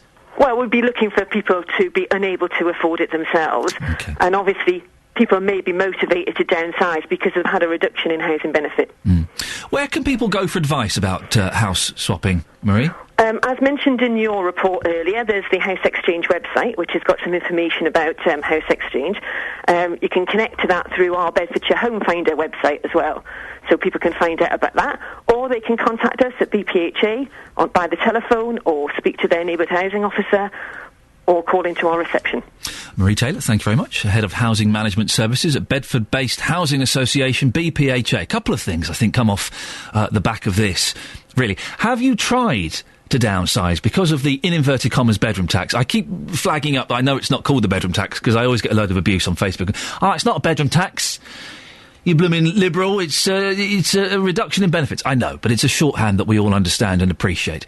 Have you tried to downsize and been successful, or found it difficult? 08459 455 555. And if you don't downsize, you're two people, you're living in a two-bedroom property, are you selfish?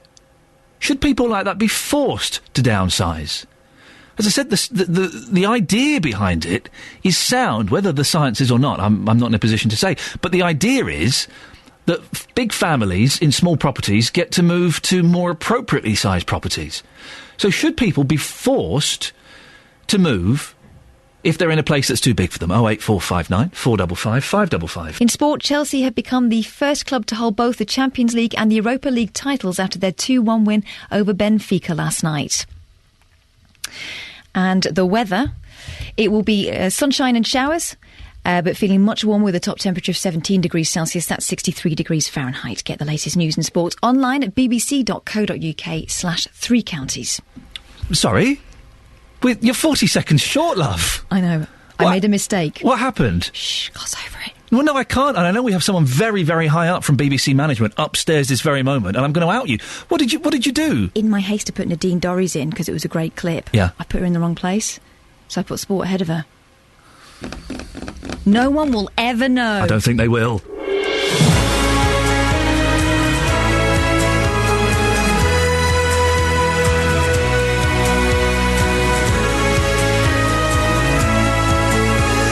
This is Iain Lee, BBC Three Counties Radio. Lots coming up between... Oh, it's 8 o'clock. I thought it was 7 for some reason. The show has flown by.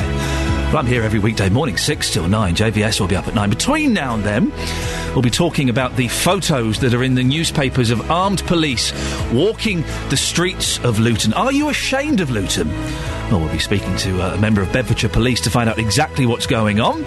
More on the HS2 and how apparently there could be a big government shortfall.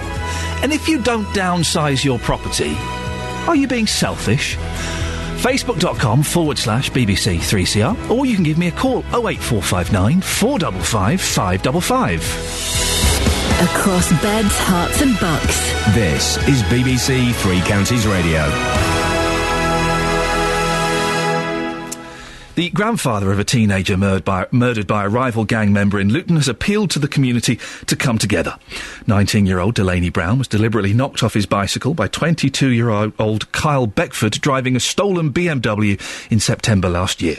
Yesterday, Beckford was found guilty and told he'll serve a minimum of 24 years.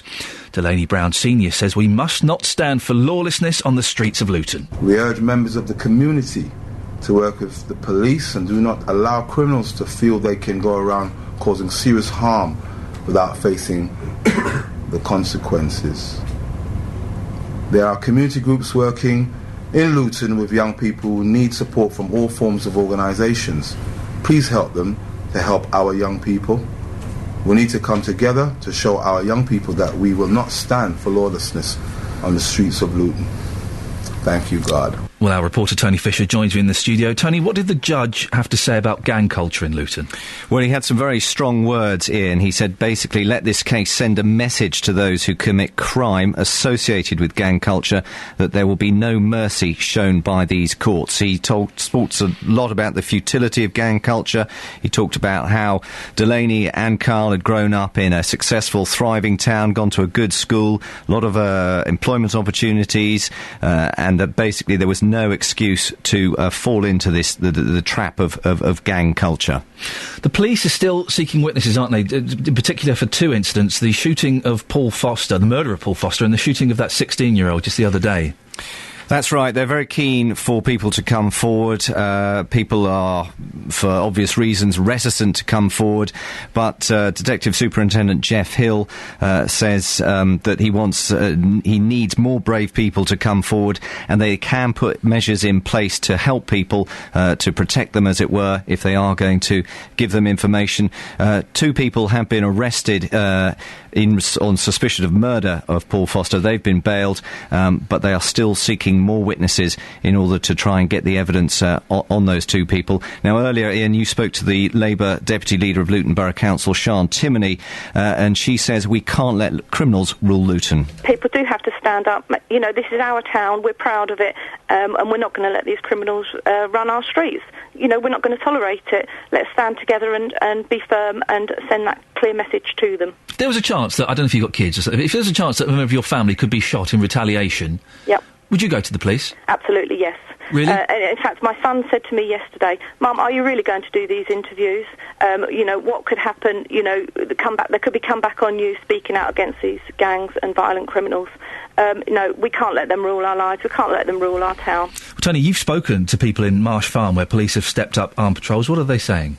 Yes, specifically round the Purley Centre, the rundown Purley Centre, which is due for demolition. The council are looking at redeveloping that area. But there's a whole housing block there, which has been set aside for homeless people. I went there the other day. You know, you've got burnt-out bins round the side. You walk up the stairs to go and talk to these people. The stairs smell. It's not very pleasant. But I did speak to someone there who lives in the Purley Centre who happens to be homeless. Her name is Jeanette, and this is what she had to say. There's quite a lot of trouble that goes on in the area. Unfortunately, with a lot of youths, the gang culture, that can be quite intimidating, you know. I know I'm not old, but I feel more vulnerable walking out at night or coming out of my home after dark. So that does limit me, and I do tend to stay indoors. I just have to watch and hear everything that's going on around me, which isn't nice sometimes. What sort of things? It was just the noise, and, you know, you hear noises that sound like gunshots, and it's a lot of the stories that you hear that are going around and that you know trouble that's happening in Luton. You just don't want to have to meet up with it. Well, listening to that is Andrew Richer, who's the Assistant Chief Constable of Bedfordshire Police. Andrew, you just heard Jeanette there. What could you say to reassure her? Well, what I would point out is that currently we are pursuing a twin-track approach to dealing with this issue. So in the short term, clearly there's been a spike in the discharges of firearms in the area. We've got a very robust response in relation to that. Doubled our footprint on the ground to deter people from coming onto the streets with weapons. Massive investigative intelligence resources looking at the cases that are under investigation, and we will be targeting the minority of offenders who are actually responsible for this. Then in the medium to longer term, we are looking to instigate partnership work, and our partners will need to be leading on some of this work about dealing with some of the underlying social problems and causation factors that have been alluded to in your coverage to this point. Andrew, we've had a text from Pat who says, we are seeing a complete breakdown of law and order in Luton due to a justice system being geared to help the criminals. Councillors are in denial and the police force are driven only by targets. Criminals run our streets because they can. Law and order has to be restored by punishing those that commit a crime and not just caution them or reward them in our prisons for good behaviour. What would you say to Pat? Well, I have to disagree, and I have to point out that a man was convicted of a gun crime offence in Luton on Friday. He was sentenced to 8 years. We had Carl Beckford convicted yesterday, sentenced to 24 years. Also, let's keep this in perspective. This is not just an issue in Luton, but I don't deny we've had an upsurge. 16 gun incidents this year, isn't it, in Luton? That's correct, but we convicted 4 men of armed robbery in Bedfordshire yesterday as well, and they were sentenced to a combined total of over 50 years imprisonment. Now, that wasn't in Luton, but I'm not denying that we've had a spike in these incidents in Luton, but we do need to put it in context. It's not just a problem in Luton, it is a problem generally, but the police are very effective in tackling it. Tony? Tony, Andrew's Tony here. You're looking at 30 people. You're targeting 30 people in Marsh Farm and Lucy Farm areas, is that correct? That's correct. And what exactly are you doing to try and, as we say, target them? Have you got enough information to arrest them, basically? If we had enough information to arrest them, we will be pursuing them for arrest. But what we're doing is collating our intelligence about these individuals, working out what their vulnerabilities are, what connections to other investigations there might be, where we can make links, and we'll be exploiting every opportunity to actually stop search them, execute warrants and arrest them and gather evidence. Tony, final question? But ideally, would you like these people off the streets, Andrew? Would you like them behind bars? We would clearly like to deter them from committing offences, and those who have perpetrated offences should be brought to justice and put behind bars if that's appropriate. So, yes, we do need help from the community. We work in concert with the community. We are only citizens in uniform acting on behalf of the community, and we do need information and help. And I'd appeal to the close associates of these young men as well. We've seen in the Beckford case yesterday that the 2 families' lives have been blighted by this, and these men are generally very young. Some of them you could only describe as boys, and they need protecting from themselves and their close associates and family members. It will be in their interest for them to pass us information to prevent them continuing down the path they've embarked on. Andrew, thank you very much. That's Andrew Richer, Assistant Chief Constable of Bedfordshire Police. Well, we can join Justin Dealey, who's in Leagrave. Morning, Justin. Yes, thank you, Ian. I'm with Syed at the moment here in Leagrave. First of all, how concerned are you about crime here in Luton? I'm actually pretty concerned, especially in the last 5 to 6 years. The crime has risen, especially in the Marsh Farm area in Hockware Ring. I've personally seen people being stabbed in the last 5 to 6 years. One of the big concerns for me is the growing gang crime in this part of Britain, in Luton. Thing is, I've seen innocent people walk out of their house and being shot. This happened in Lucy Farm 2 to 3 years back, and I saw this guy walking out of his house and he got shot, and the guy who shot him said, "Oh no, that's the wrong person, sorry." So basically human life needs to have some value, but I don't see that in Luton at the moment. Let me just go back to that. You say you've actually seen somebody stabbed in front of you? Yeah. Yes. Obviously, a lot of families listening to this right now, but just describe what sort of effect that has had on your life. It's had a big effect on my life because it's not. I don't feel nice seeing another innocent person walk out of their house and get stabbed. Did this person die? Fortunately, no. But why? Even if he didn't die, it's still a sad thing. Why should he have to go through that pain if he doesn't deserve it? And that's something that you're clearly never going to forget, is it? I'm never going to forget that. That's really had a bad impact on my life. Goodness me, I wasn't expecting that. So, are you constantly looking over your shoulder here in Luton? Are you constantly fearing what's going to be happening to you? Well, I would say yes to that, especially when I'm walking out of my house during the night. I used to constantly look back over my shoulder to see what on earth is going on, because I don't know what's going to come from behind me. Is it going to be a knife? Is someone going to shoot me or not? So it's quite a growing concern, especially for me, not just for me, for anybody else living around here, because of the growing gangs. And we're not blowing this out of proportion. This is your personal view. This is my you feel when you're walking the streets of Luton at night, you do fear for your safety. You fear that one day you might be stabbed. Yeah, you never know. You know what? You don't know. Only God knows what's around the corner. We personally don't. So I don't know what's going to happen to me. If I turn around the corner, I'm going to get stabbed or not. Because people are not just stabbing people that they're actually involved in a fight with. People have killed and stabbed innocent people. Okay, a couple of final questions for you very quickly on this. If you don't like Luton so much, why are you still here? I would say no to that. I still love Luton. Yeah, I actually born up in Middlesbrough. Came here at the age of 5. I'm living here for more than 16 years. I'm fine with Luton. I mean, the standard of living here, the quality of life is fine. Personally, at the moment, I'm fine. But the thing is that concerns me, I shouldn't, if I'm not in danger, I shouldn't, even if I'm not really directly in danger, I should still be concerned about other people as well. Okay, very quickly. Yes. I'm just going to interrupt because we're running out of time. And thank you for that. It's fascinating. I just want to put that point to Andrew Richer, who's still listening. Andrew, what could you say to a young man like that? Well, what I'd encourage people to do is to report such incidents. Clearly, he's an eyewitness there. I don't know whether he did contact them. People are scared, aren't they, Andrew? People are scared of reporting about gun crime and knife crime because they're worried that their kids are going to get shot, or they're going to get shot, or their mum's going to get shot. Can you really put people's minds at ease?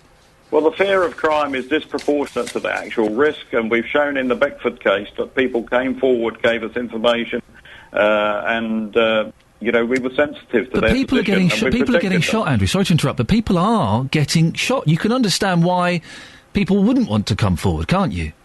You can understand the concern, but people have got to stand up and be counted in the community. And maybe get shot. Well, let's keep things in proportion. Generally speaking, the activity has been between the two groups who Paul Foster? Are in dispute with one another. Paul Foster? Well, there are connections. There are connections there. OK, Andrew, thank you very much indeed. 08459 455 555. Are you ashamed of Luton? And in sport, a 93rd minute winner from Branislav Ivanovic. Saw Chelsea beat Benfica I don't know, Jonathan, do I? You know me in football. Branislav Ivanovic? That's it, yes. Is it? I don't know. Ivanovic. Anyway, this gentleman scored a goal and well done. Some football teams did well. Great for you. Excellent. Weather today for Beds, Herts and Bucks. Sunshine and showers, but feeling much warmer with a top temperature of 17 degrees. Coming up, the HS2 high-speed rail project, which runs through Buckinghamshire, has an estimated £3.3 billion funding gap. That's according to a National Audit Office report. Because I was doing this course yesterday, I was able to listen to Roberto. A cracking listen last night on the way home. Really? A cracking listen, yes. Excellent stuff. I like your shirt. I feel I should burst forth with a rendition of Rhinestone Cowboy. I'm not wearing rhinestones. No, but it looks like a cowboy shirt, doesn't it? I would love to be a cowboy. Would you? Yeah, I would. Riding a horse with the lassoing cattle and girls in the bar with the man playing the honky-tonk piano, drinking shots of red eye. Is that what really happens, do you think? Well, I saw it in a documentary. No, not a documentary, a film. Ooh. Turns out they're not always based on a true story. Was it Brokeback Mountain? Why not? Why not? Listen, I'll experience the entire cowboy lifestyle. Really? Why not? I'll embrace it. Right. I'll embrace it and go through and see what happens. You know, I'm not ashamed to try anything once. In a two-man tent. So coming up this morning on the Big Phone In, we're continuing with this discussion about Luton. It's all kicking off, isn't it? Yes. It's all kicking off. From 9 this morning, is Luton really as scary as it's made out to be? As you've been discussing today, the national papers are full of pictures of Luton this morning showing armed police with machine guns patrolling our streets. You will know, Ian. Yes. I'm a big supporter of armed police. Yes. My word, though, when we arm our police, we don't do things by halves, do we? Well, the fella there's got 2 guns and a baton thing that fires things off. So looks like the Terminator. It does. Walking around Luton. What I find unsettling about that picture is, yes, it's good to see armed police, I think, but it's the contrast of him walking past a kiddie's playground. That's kind of what unsettles me slightly. Well, there have been 9 shootings in Luton this year, as we know. The police are now offering a £1,000 reward to anyone who helps bring an arrest and conviction for a gun crime. Well, from 9 this morning, I want your views. The pictures in the papers, the stories that you're hearing, the discussions on the radio, is Luton really as scary as it's made out to be? If you live in Luton, what's your view? Are you scared at the moment of being in the town? If you are somebody who, like me, doesn't live in Luton, but you come into Luton from time to time, what's your view? Is it somewhere you're scared to go? Or are all of these stories blown out of all proportion? Your view at 9 on the Big Phone In. Call 08459 455 555. BBC Three Counties Radio. This is Iain Lee, BBC Three Counties Radio. The phone number for me is the same as it is for JVS, 08459 455 555. You can also send him a cheeky email as well. jvsshow@bbc.co.uk. If you do send him an email, include your phone number and a couple of lines about what you want to say, and who knows, you could be speaking to the great man himself. We're asking this morning, as you've heard, are you ashamed of Luton? The photos in the papers, I think, are quite shocking. This guy, this copper that's in there, he is armed to the teeth. He's not messing around. And part of it is a show of force, isn't it? It's to be seen on the streets, and I've been calling for this for quite a while. But it is the contrast. There are two pictures. It is the contrast of him walking past a kiddie's playground, and also him walking past. He's walking past a 9-year-old kid who's eating a packet of Haribo, and you think. It really is quite a shocking image to see that. Are you ashamed of Luton? It does get a lot of bad press. Most of it, I've discovered through first-hand knowledge, is disproportionate. Luton has got some amazing things happening in it, some great people in it, and it is... The bad press is generally unjustified, I think. But after seeing these stories in today's newspapers, are you ashamed of Luton? 08459 455 555. You can also go to facebook.com/BBC 3CR. Now, the HS2 high-speed rail project, which runs through Buckinghamshire, has an estimated £3.3 billion funding gap. That's according to a National Audit Office report. It says the business case for the rail link from London to Birmingham hasn't been adequately explained, and there's a shortfall in the figures, which the government has yet to decide how to fill. Well, the Whitehall spending watchdog is calling for more clarity over how the project will benefit regional economic growth. But the government says the report is based on old data. Well, in a moment, I'll be speaking to Tom Crane from the HS2 Action Alliance campaign group. But first of all, let's speak to Rail Minister Simon Burns. Simon, is this report accurate? Has the government got its sums wrong? No, they haven't got their sums wrong. We don't recognise the figure that the National Audit Office are using for a so-called black hole. We have carefully costed this project. We have mechanisms in place to make sure that we don't overrun the budget, and as you'd expect, we're in constant communication with the Treasury to make sure that it is tightly controlled so there is not a problem. Where I think the problem has arisen with the report is that the National Audit Office have drawn conclusions in May 2013 based on a business case that is 18 months old, and in that intervening 18 months there have been significant moves forward in the project which have not been taken into account. Their data is inaccurate, completely wrong. I believe it is inaccurate in the context of May 2013. So that 3.3 billion shortfall doesn't exist. Everything's on track. We do not recognise that figure. We do not recognise that figure at all. Do you recognise any shortfall? No, I don't. Because, as I said earlier, we have got robust mechanisms in place. We are monitoring the situation very carefully to make sure that we don't overrun the projected budget that has been given for building both phases of High Speed 2, and we are in constant communications with the Treasury to make sure that we avoid the very problem that the Audit Office is talking about. Cheryl Gillen, the Conservative MP for Chesham and Amersham, says that you haven't included the VAT. Well, the VAT has been included, but as you will appreciate, when it's between two government departments, it is a situation where the money is moving round the system. But we have included VAT in the calculations and taken it into account. When you say the money's moving around the system, I don't quite understand what that means. Are you saying that you're finding it hard to keep track of the money? No, what I am saying is that if you pay VAT, that goes to the Treasury, and the Treasury then gives back money to High Speed 2 because this is a government-funded project. That's what I mean by it's going round in the system. We've heard this week that 3/4 of the compensation claims that have been submitted by families affected by this have been rejected. Is that one way of keeping the costs down? No, it certainly is not. What we have brought in is an exceptional hardship scheme to help people who need to sell their houses now because of either a family tragedy, a breakdown of marriage, or they're having to move because their jobs have taken them elsewhere. And it is there to give help to people then. And what I would say to anyone who is caught in this situation and is having difficulties, they should get in touch with High Speed 2 to talk through the problems, to seek a solution. It isn't much help, though, is it, for those 3/4 of the families that have had their claims rejected? People are being trampled over, aren't they? Well, no, they're not being trampled over, but obviously it's inappropriate for me to talk about individual cases I'm not or speaking the individual reason I'm not talking or about the individual I appreciate that. I'm not asking about individual cases. Why that may be the case. I'm speaking about 75% of the claims that have been rejected. People are being walked over, aren't they? No, they're not being walked over at all. That scheme is put in place to help people who find difficulties, and my advice is that they should talk to High Speed 2 Limited, talk through their problems to see if the exceptional hardship scheme is able to assist them. And it all depends on the reasons why they're selling the property as to whether they will qualify for help. Would you just stay on the line for a second, because we have Adam, who lives just outside Great Missenden. Good morning, Adam. Good morning. Adam, you'd like to make a point to Simon Burns, would you? Well, yes.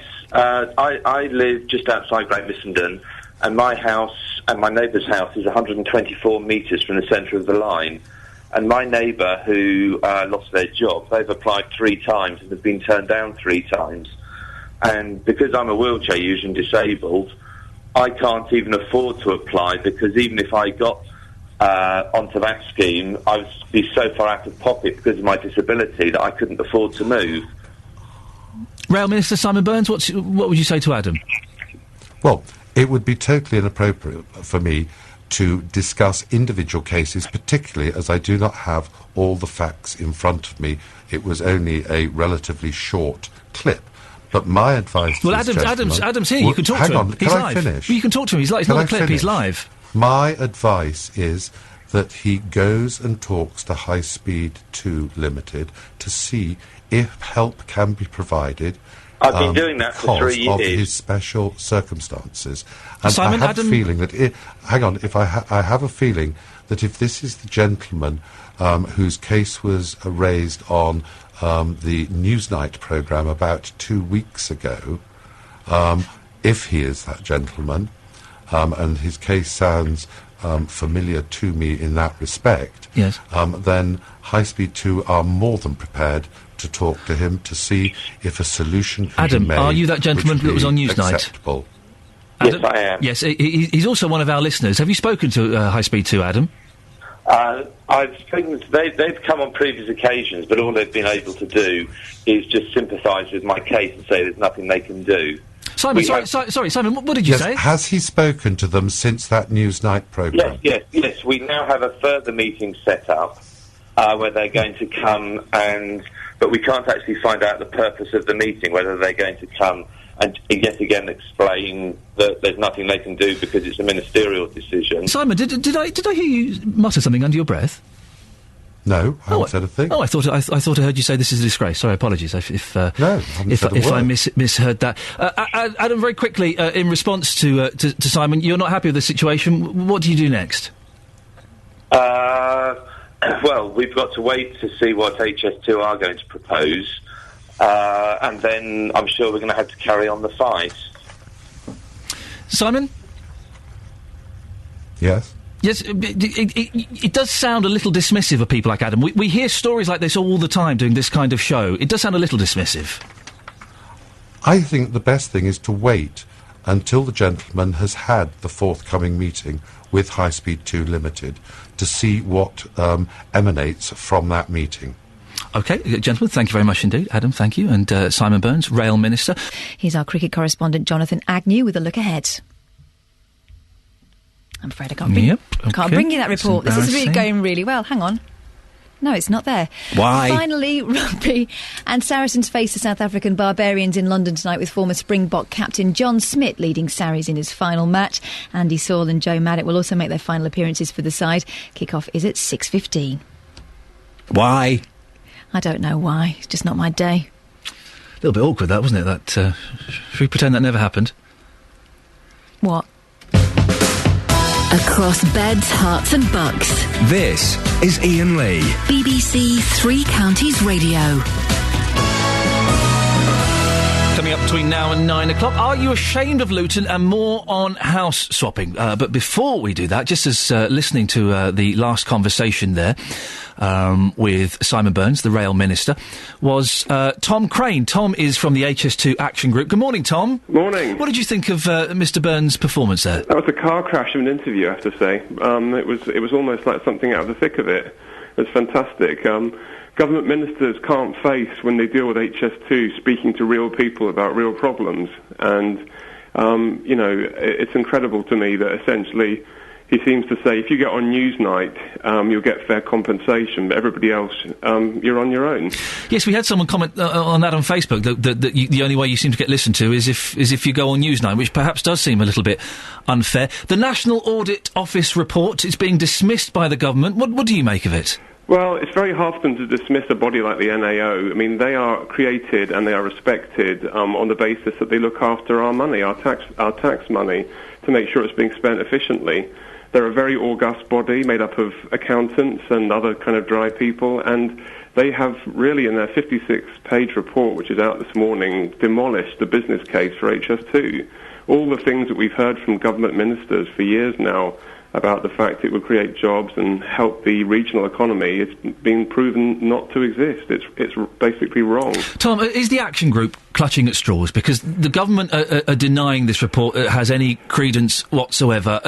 Are you really on your last legs? Not at all. We've had our most successful 6 months since we've been in existence. We're a national group. We've had thousands of new people join up and down the country since Stage 2 was announced. We are 3/4 of the way to a £100,000 total for our next legal case. I mean, to be quite honest with you, this case just keeps getting stronger and stronger, and our movement gets bigger and bigger. What do you really think you can achieve, Tom? Do you think you can stop the HS2? We think we do. I mean, we think, in all honesty, we've got obviously a very determined government and particularly a Prime Minister with a very bad case of train envy. But much beyond that, there's very, very little support for it. Support is very, very shallow. And really, the more things like today's report, which you just can't dismiss, they are serious people that have set out serious concerns at HS2. Tom Crane, Director of the HS2 Action Alliance, thank you very much. Sorry to keep it so short, but I thought that conversation with the Rail Minister was worth pursuing. Call 08459 455 555. BBC Three Counties Radio. So, pictures in the newspapers this morning, page 7 of the Express, 27 of the Mail, of an armed policeman, and when I say armed, man, is he armed? He's got 3 weapons, a huge machine gun, and he's walking past a playground in one picture, and then walking past a 9-year-old who's got a packet of Haribo. And we're asking this morning, are you ashamed of Luton? 08459 455 555 is the phone number. Lots of you have been on Facebook as well this morning. Richard says, I worked in Luton up until 99. There was still a hardcore of community spirit, but even then the villains, gangs and extremists were starting to become very evident. 15 years on and nothing has been done to address it. It's not the police's fault either. They're the smallest Home Office force in the country. And Karen says, such a shame, as Luton is mostly full of great people that are a real community and willing to help each other. But the minority are spoiling it for the town. I don't live in Luton now, but I have a lot of good memories of it, and I often go and visit. Well, Jackie Burnett is a councillor in Luton. She represents Limbury Ward. Jackie, are you ashamed of Luton? No, I'm not. Why? I'm not ashamed. No, because I believe it has a lot of community feel. It's got a very strong community feel. For a very large town, it's amazing how people know each other and they really strive to do their best. So I'm not ashamed of the town at all. At all. I'm very proud of the work that's gone on by people, grassroots organisation that actively, in their own time, doing work to improve the life of others, selfishly. There have been 16 gun-related incidents this year, 9 shootings, I think. The statistics are pretty poor, aren't they? The statistics are things that happen up and down the country. Yes, there are challenges, but the police are doing what is appropriate. I totally agree with Councillor Timney's interview this morning. They're working appropriately. The residents of Marsh Farm deserve the best police service they can get. But my point is, that Luton is a community that's really strong, that's working together. We're working together with the points that you have made within the African Caribbean community. There's a partnership form working with local councils and the police to address the challenges that are in the town. Well, the challenges are that kids are getting shot. Yes. What can people do about that? Well, the community, I think if the press release yesterday by the police officer said about people coming forward, and what's happened with the sentencing, it shows that, people coming forward has resulted in an arrest. But Jackie, if there was people are reluctant to come forward because they are worried that they're going to get involved in this gun crime. If there was a serious chance that your kid or your mum or your partner could get shot out of retribution, would you really go forward to the police? Well, I think Councillor Timmerley points about standing together. We are standing together. Would you go to the police? Can I just? Well, if you could answer the question, yes. Would you go to the police if there was a chance one of your family could be shot? I would go to the police if I could make a difference, and I would talk and I would have a conversation with my children to explain what it is about having integrity. So if there was a chance that your kids could be shot, you would go to the police? I would work with the police. That's what we're asking the community to do. Okay. And sorry, Ian, I feel I'm coming forward and I'm making a point. The newspapers that have been mentioned, one of them is based in the town. Yep. Yes? Yes? One of them is actually invested, have chosen to come and invest in the town. Express, yes. And my question is, what are they doing on corporate responsibility? Most corporate organisations are doing corporate and social responsibility. I would appreciate maybe you could, in asking myself and Councillor Timmerley, what are we doing? Yes. What is the Express Well, the Express are reporting what's happening. The Express are reporting the situation. hang on. No, the report is invested in our town. Right. Our town. Right. Yes, they are opportunity jobs. Most corporate organisations now have a corporate and social responsibility. Hang on a minute, Jackie. It's not the Express's responsibility to stop gun crime in Marsh Farm. I'm You're not saying that. No, hang on, Ian. No, Ian. I'm asking, you have, for the last 4 days, yes, there has been something in. Crime happens everywhere. That's why I phoned up. Crime happens everywhere. There was something reported in Kempston. Was there not a shooting or a murder? Is it inappropriate? Is there getting violent and people should not live there? Are people ashamed? It's 16. That is the point. Well, no, the point is, Jackie, with the greatest respect, it's 16 gun crimes in Luton this year, 9 shootings, which is a significant number. And the police are doing an appropriate response. It's high on their priority. Yeah, but my concern is good and bad happens everywhere. That is why I found that good and bad happens everywhere. People are working together to address the numbers and the statistics. I'm now looking at solving problems and trying to answer the question, why are these young people making poor choices? Yeah? Yep, Jackie, we'll end it there. Jackie Burnett, councillor in Luton, represents Limbury, will put her case very strongly, I thought. Well, Justin Dealey has been out this morning. Justin, you heard Jackie there. I think, has anyone had anything positive to say about Luton this morning? Well, I put this question to somebody a moment ago. Can you tell me something good about Luton? And they said, no. I said, do you think I'm going to find anybody who has got something positive to say about the town? And they said to me, good luck. It's been like that all morning. Here's somebody who's just walked up to the radio car. Sir, what's your name? Ahmed. You're live across Beds, Herts and Bucks. Please tell me something good about Luton. For personal reasons, I think what I like about Luton is it's multicultural. Anything else apart from that? No, that's what I prefer about Luton. I can find people from all walks of life, from all different backgrounds, different ethnicities, different religion, learn about other people's background as well as showing people my own background, my own religious beliefs. Stuff like that. So you're happy here? Yeah, I'm happy, yeah. I was born here, lived here all my life. It's nice to hear something positive about the town. Thank you very much. Thank you. There you go, joining us live on the programme. So there's one person who had something good to say about Luton. Ian, it's not been a good morning at all, if I'm being honest with you. I've been out with the national newspapers. We're seeing these images of armed police roaming the streets of Luton. I've been asking people if they're ashamed of the town, and this is what they had to say. So you live in Luton. You're seeing the pictures in the national newspapers this morning. Are you ashamed of your town? Yep. I've always been ashamed of Luton, but just recently it's been getting worse. Like all the shootings and that. There's nothing good here, I don't think, really, anymore. So you're keen to get away then? Yeah, I'm keen to get away. I won't go back either. And how does that make you feel when you see those pictures in the newspapers today? Well, I feel good because there's a sense of protection there, but that shouldn't be there to begin with. So I'm ashamed of Luton, I really am. Carol, you've lived in Luton for 46 years, all of your life. You're seeing these images in the national newspapers today. Are you ashamed of your town? I am. I'm scared to go out at night times. I stay home at night times now. I used to go out in the town and walk around the streets, now I stay home. And when you say to people that you're from Luton, what do they say to you? They just give me a funny look. Just stand and stare at me and say, what are you doing? Have you got any plans to leave the town? Hopefully. Maybe in the next 3 or 4 years, hopefully, I can leave Luton.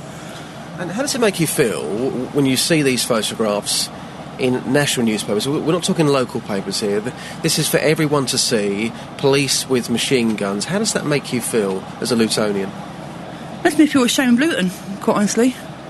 Luton used to be a nice town when I was younger, but now it seems to be all this gun crime, knife crimes, robberies and everything else. I'm ashamed of it, quite honestly. Greg, very simply, are you ashamed of Luton? I am because I have a little sister who's young and she's vulnerable, and it's a bit of a shame that people have to walk around and be scared that people are shooting guns and guns getting stabbed, and it's stupid. You think you're going to be safe where you live, and you're not safe in your own house anymore. This picture is from the Daily Express. It's in other papers as well. When you're seeing police in your town with machine guns, how does that make you feel? Well, they don't really not feel safe at all. If police have to walk around with machine guns, and obviously, what's the point? I wouldn't want to live out. My girlfriend lives in Hatfield, and I spend half my life up there now, just for the pure sake that. It's stupid. It's disgusting. You just want to get out of Luton. I hate it. Yeah, definitely.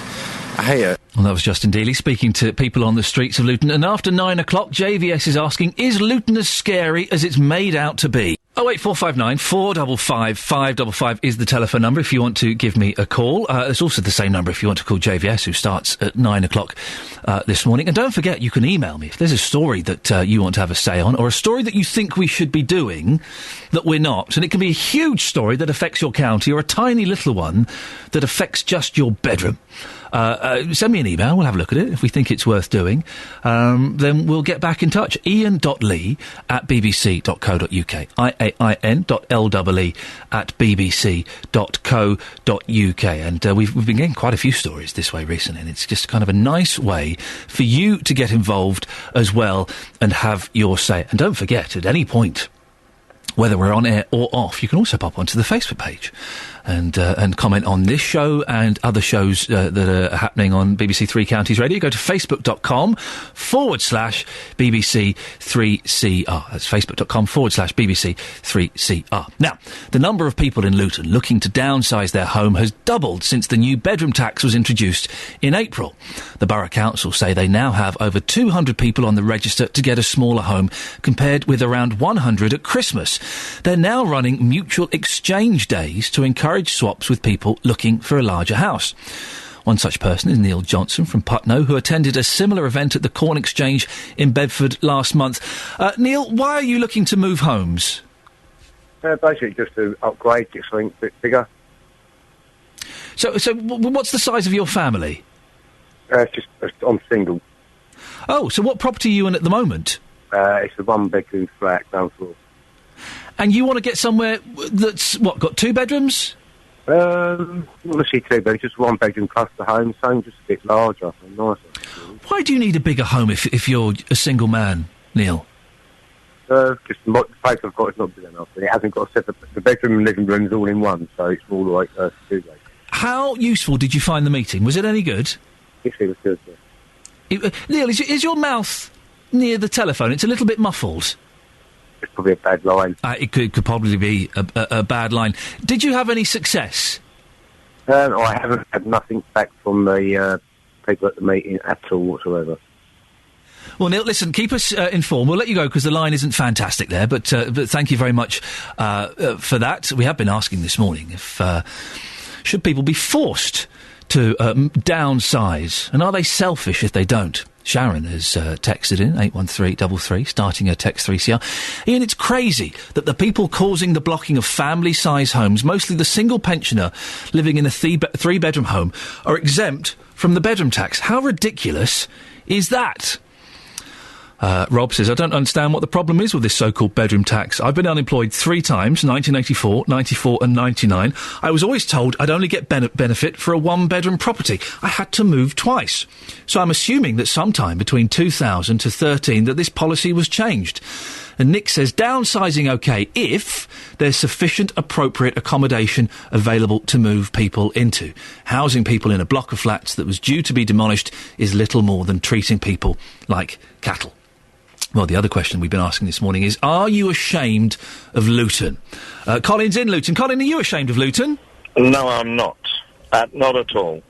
Well, there is a situation in Luton, a bad situation, which the police will get control of. But if guys like you and radio presenters and newspapers stop hyping it all up and sensationalise it and getting all worked up over it, let the police do their job, for God's sake. Just stop it and making hyped-up programmes over it. What have we done?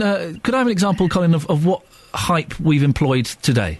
Well, you're getting all excited over it and doing interviews about people who were born here and they hate it and want to move, that sort of thing. There have been serious problems in other places in this country, and the police have got control of it. Let the police get control of this, because they will do. Are you saying we shouldn't report the news, then? No, I'm not. Don't get so excited over it. You know, I mean, the Daily Express normally have big headlines on the front page with regard to health scares. Yes. They're loving this one.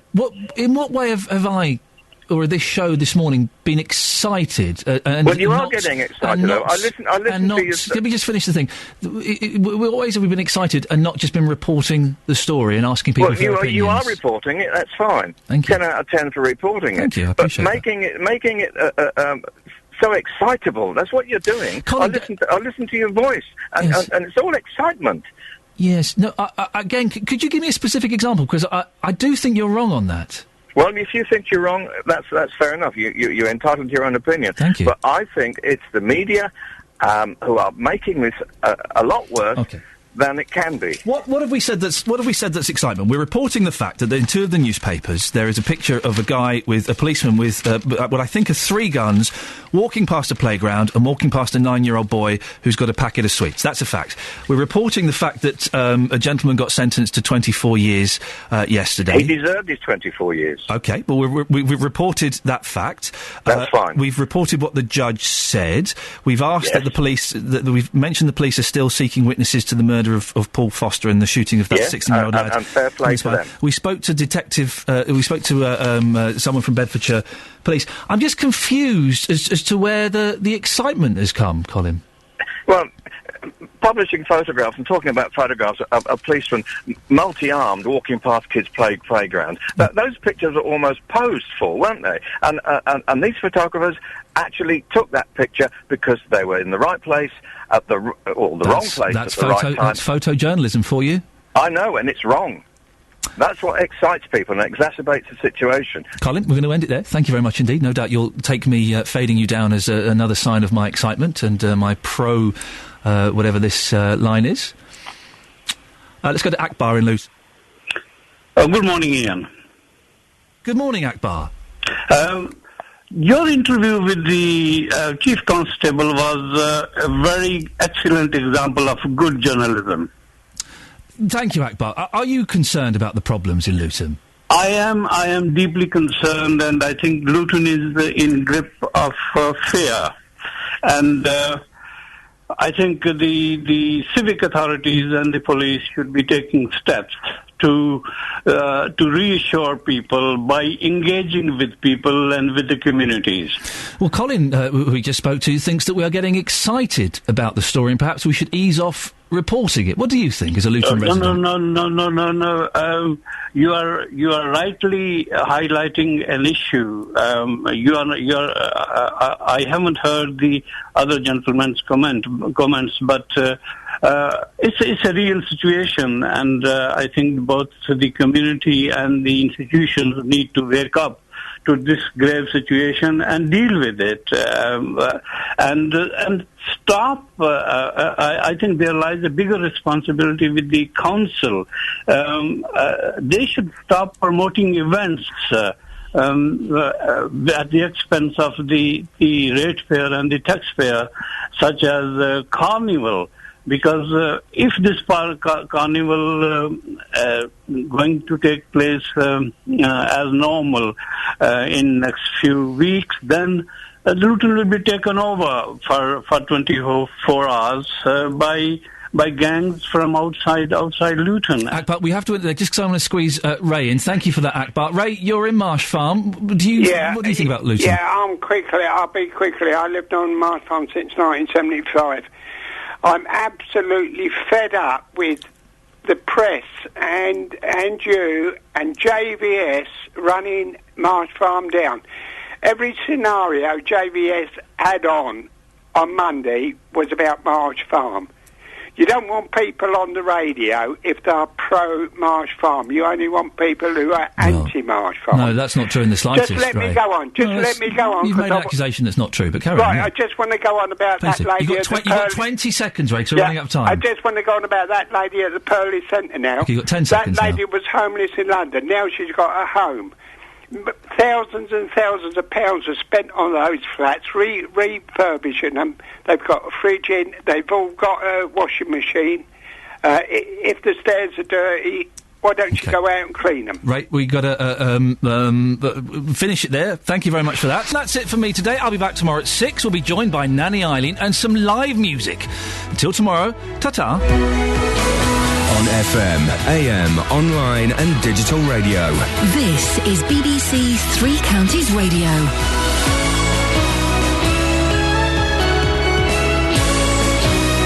Thank you, Iain.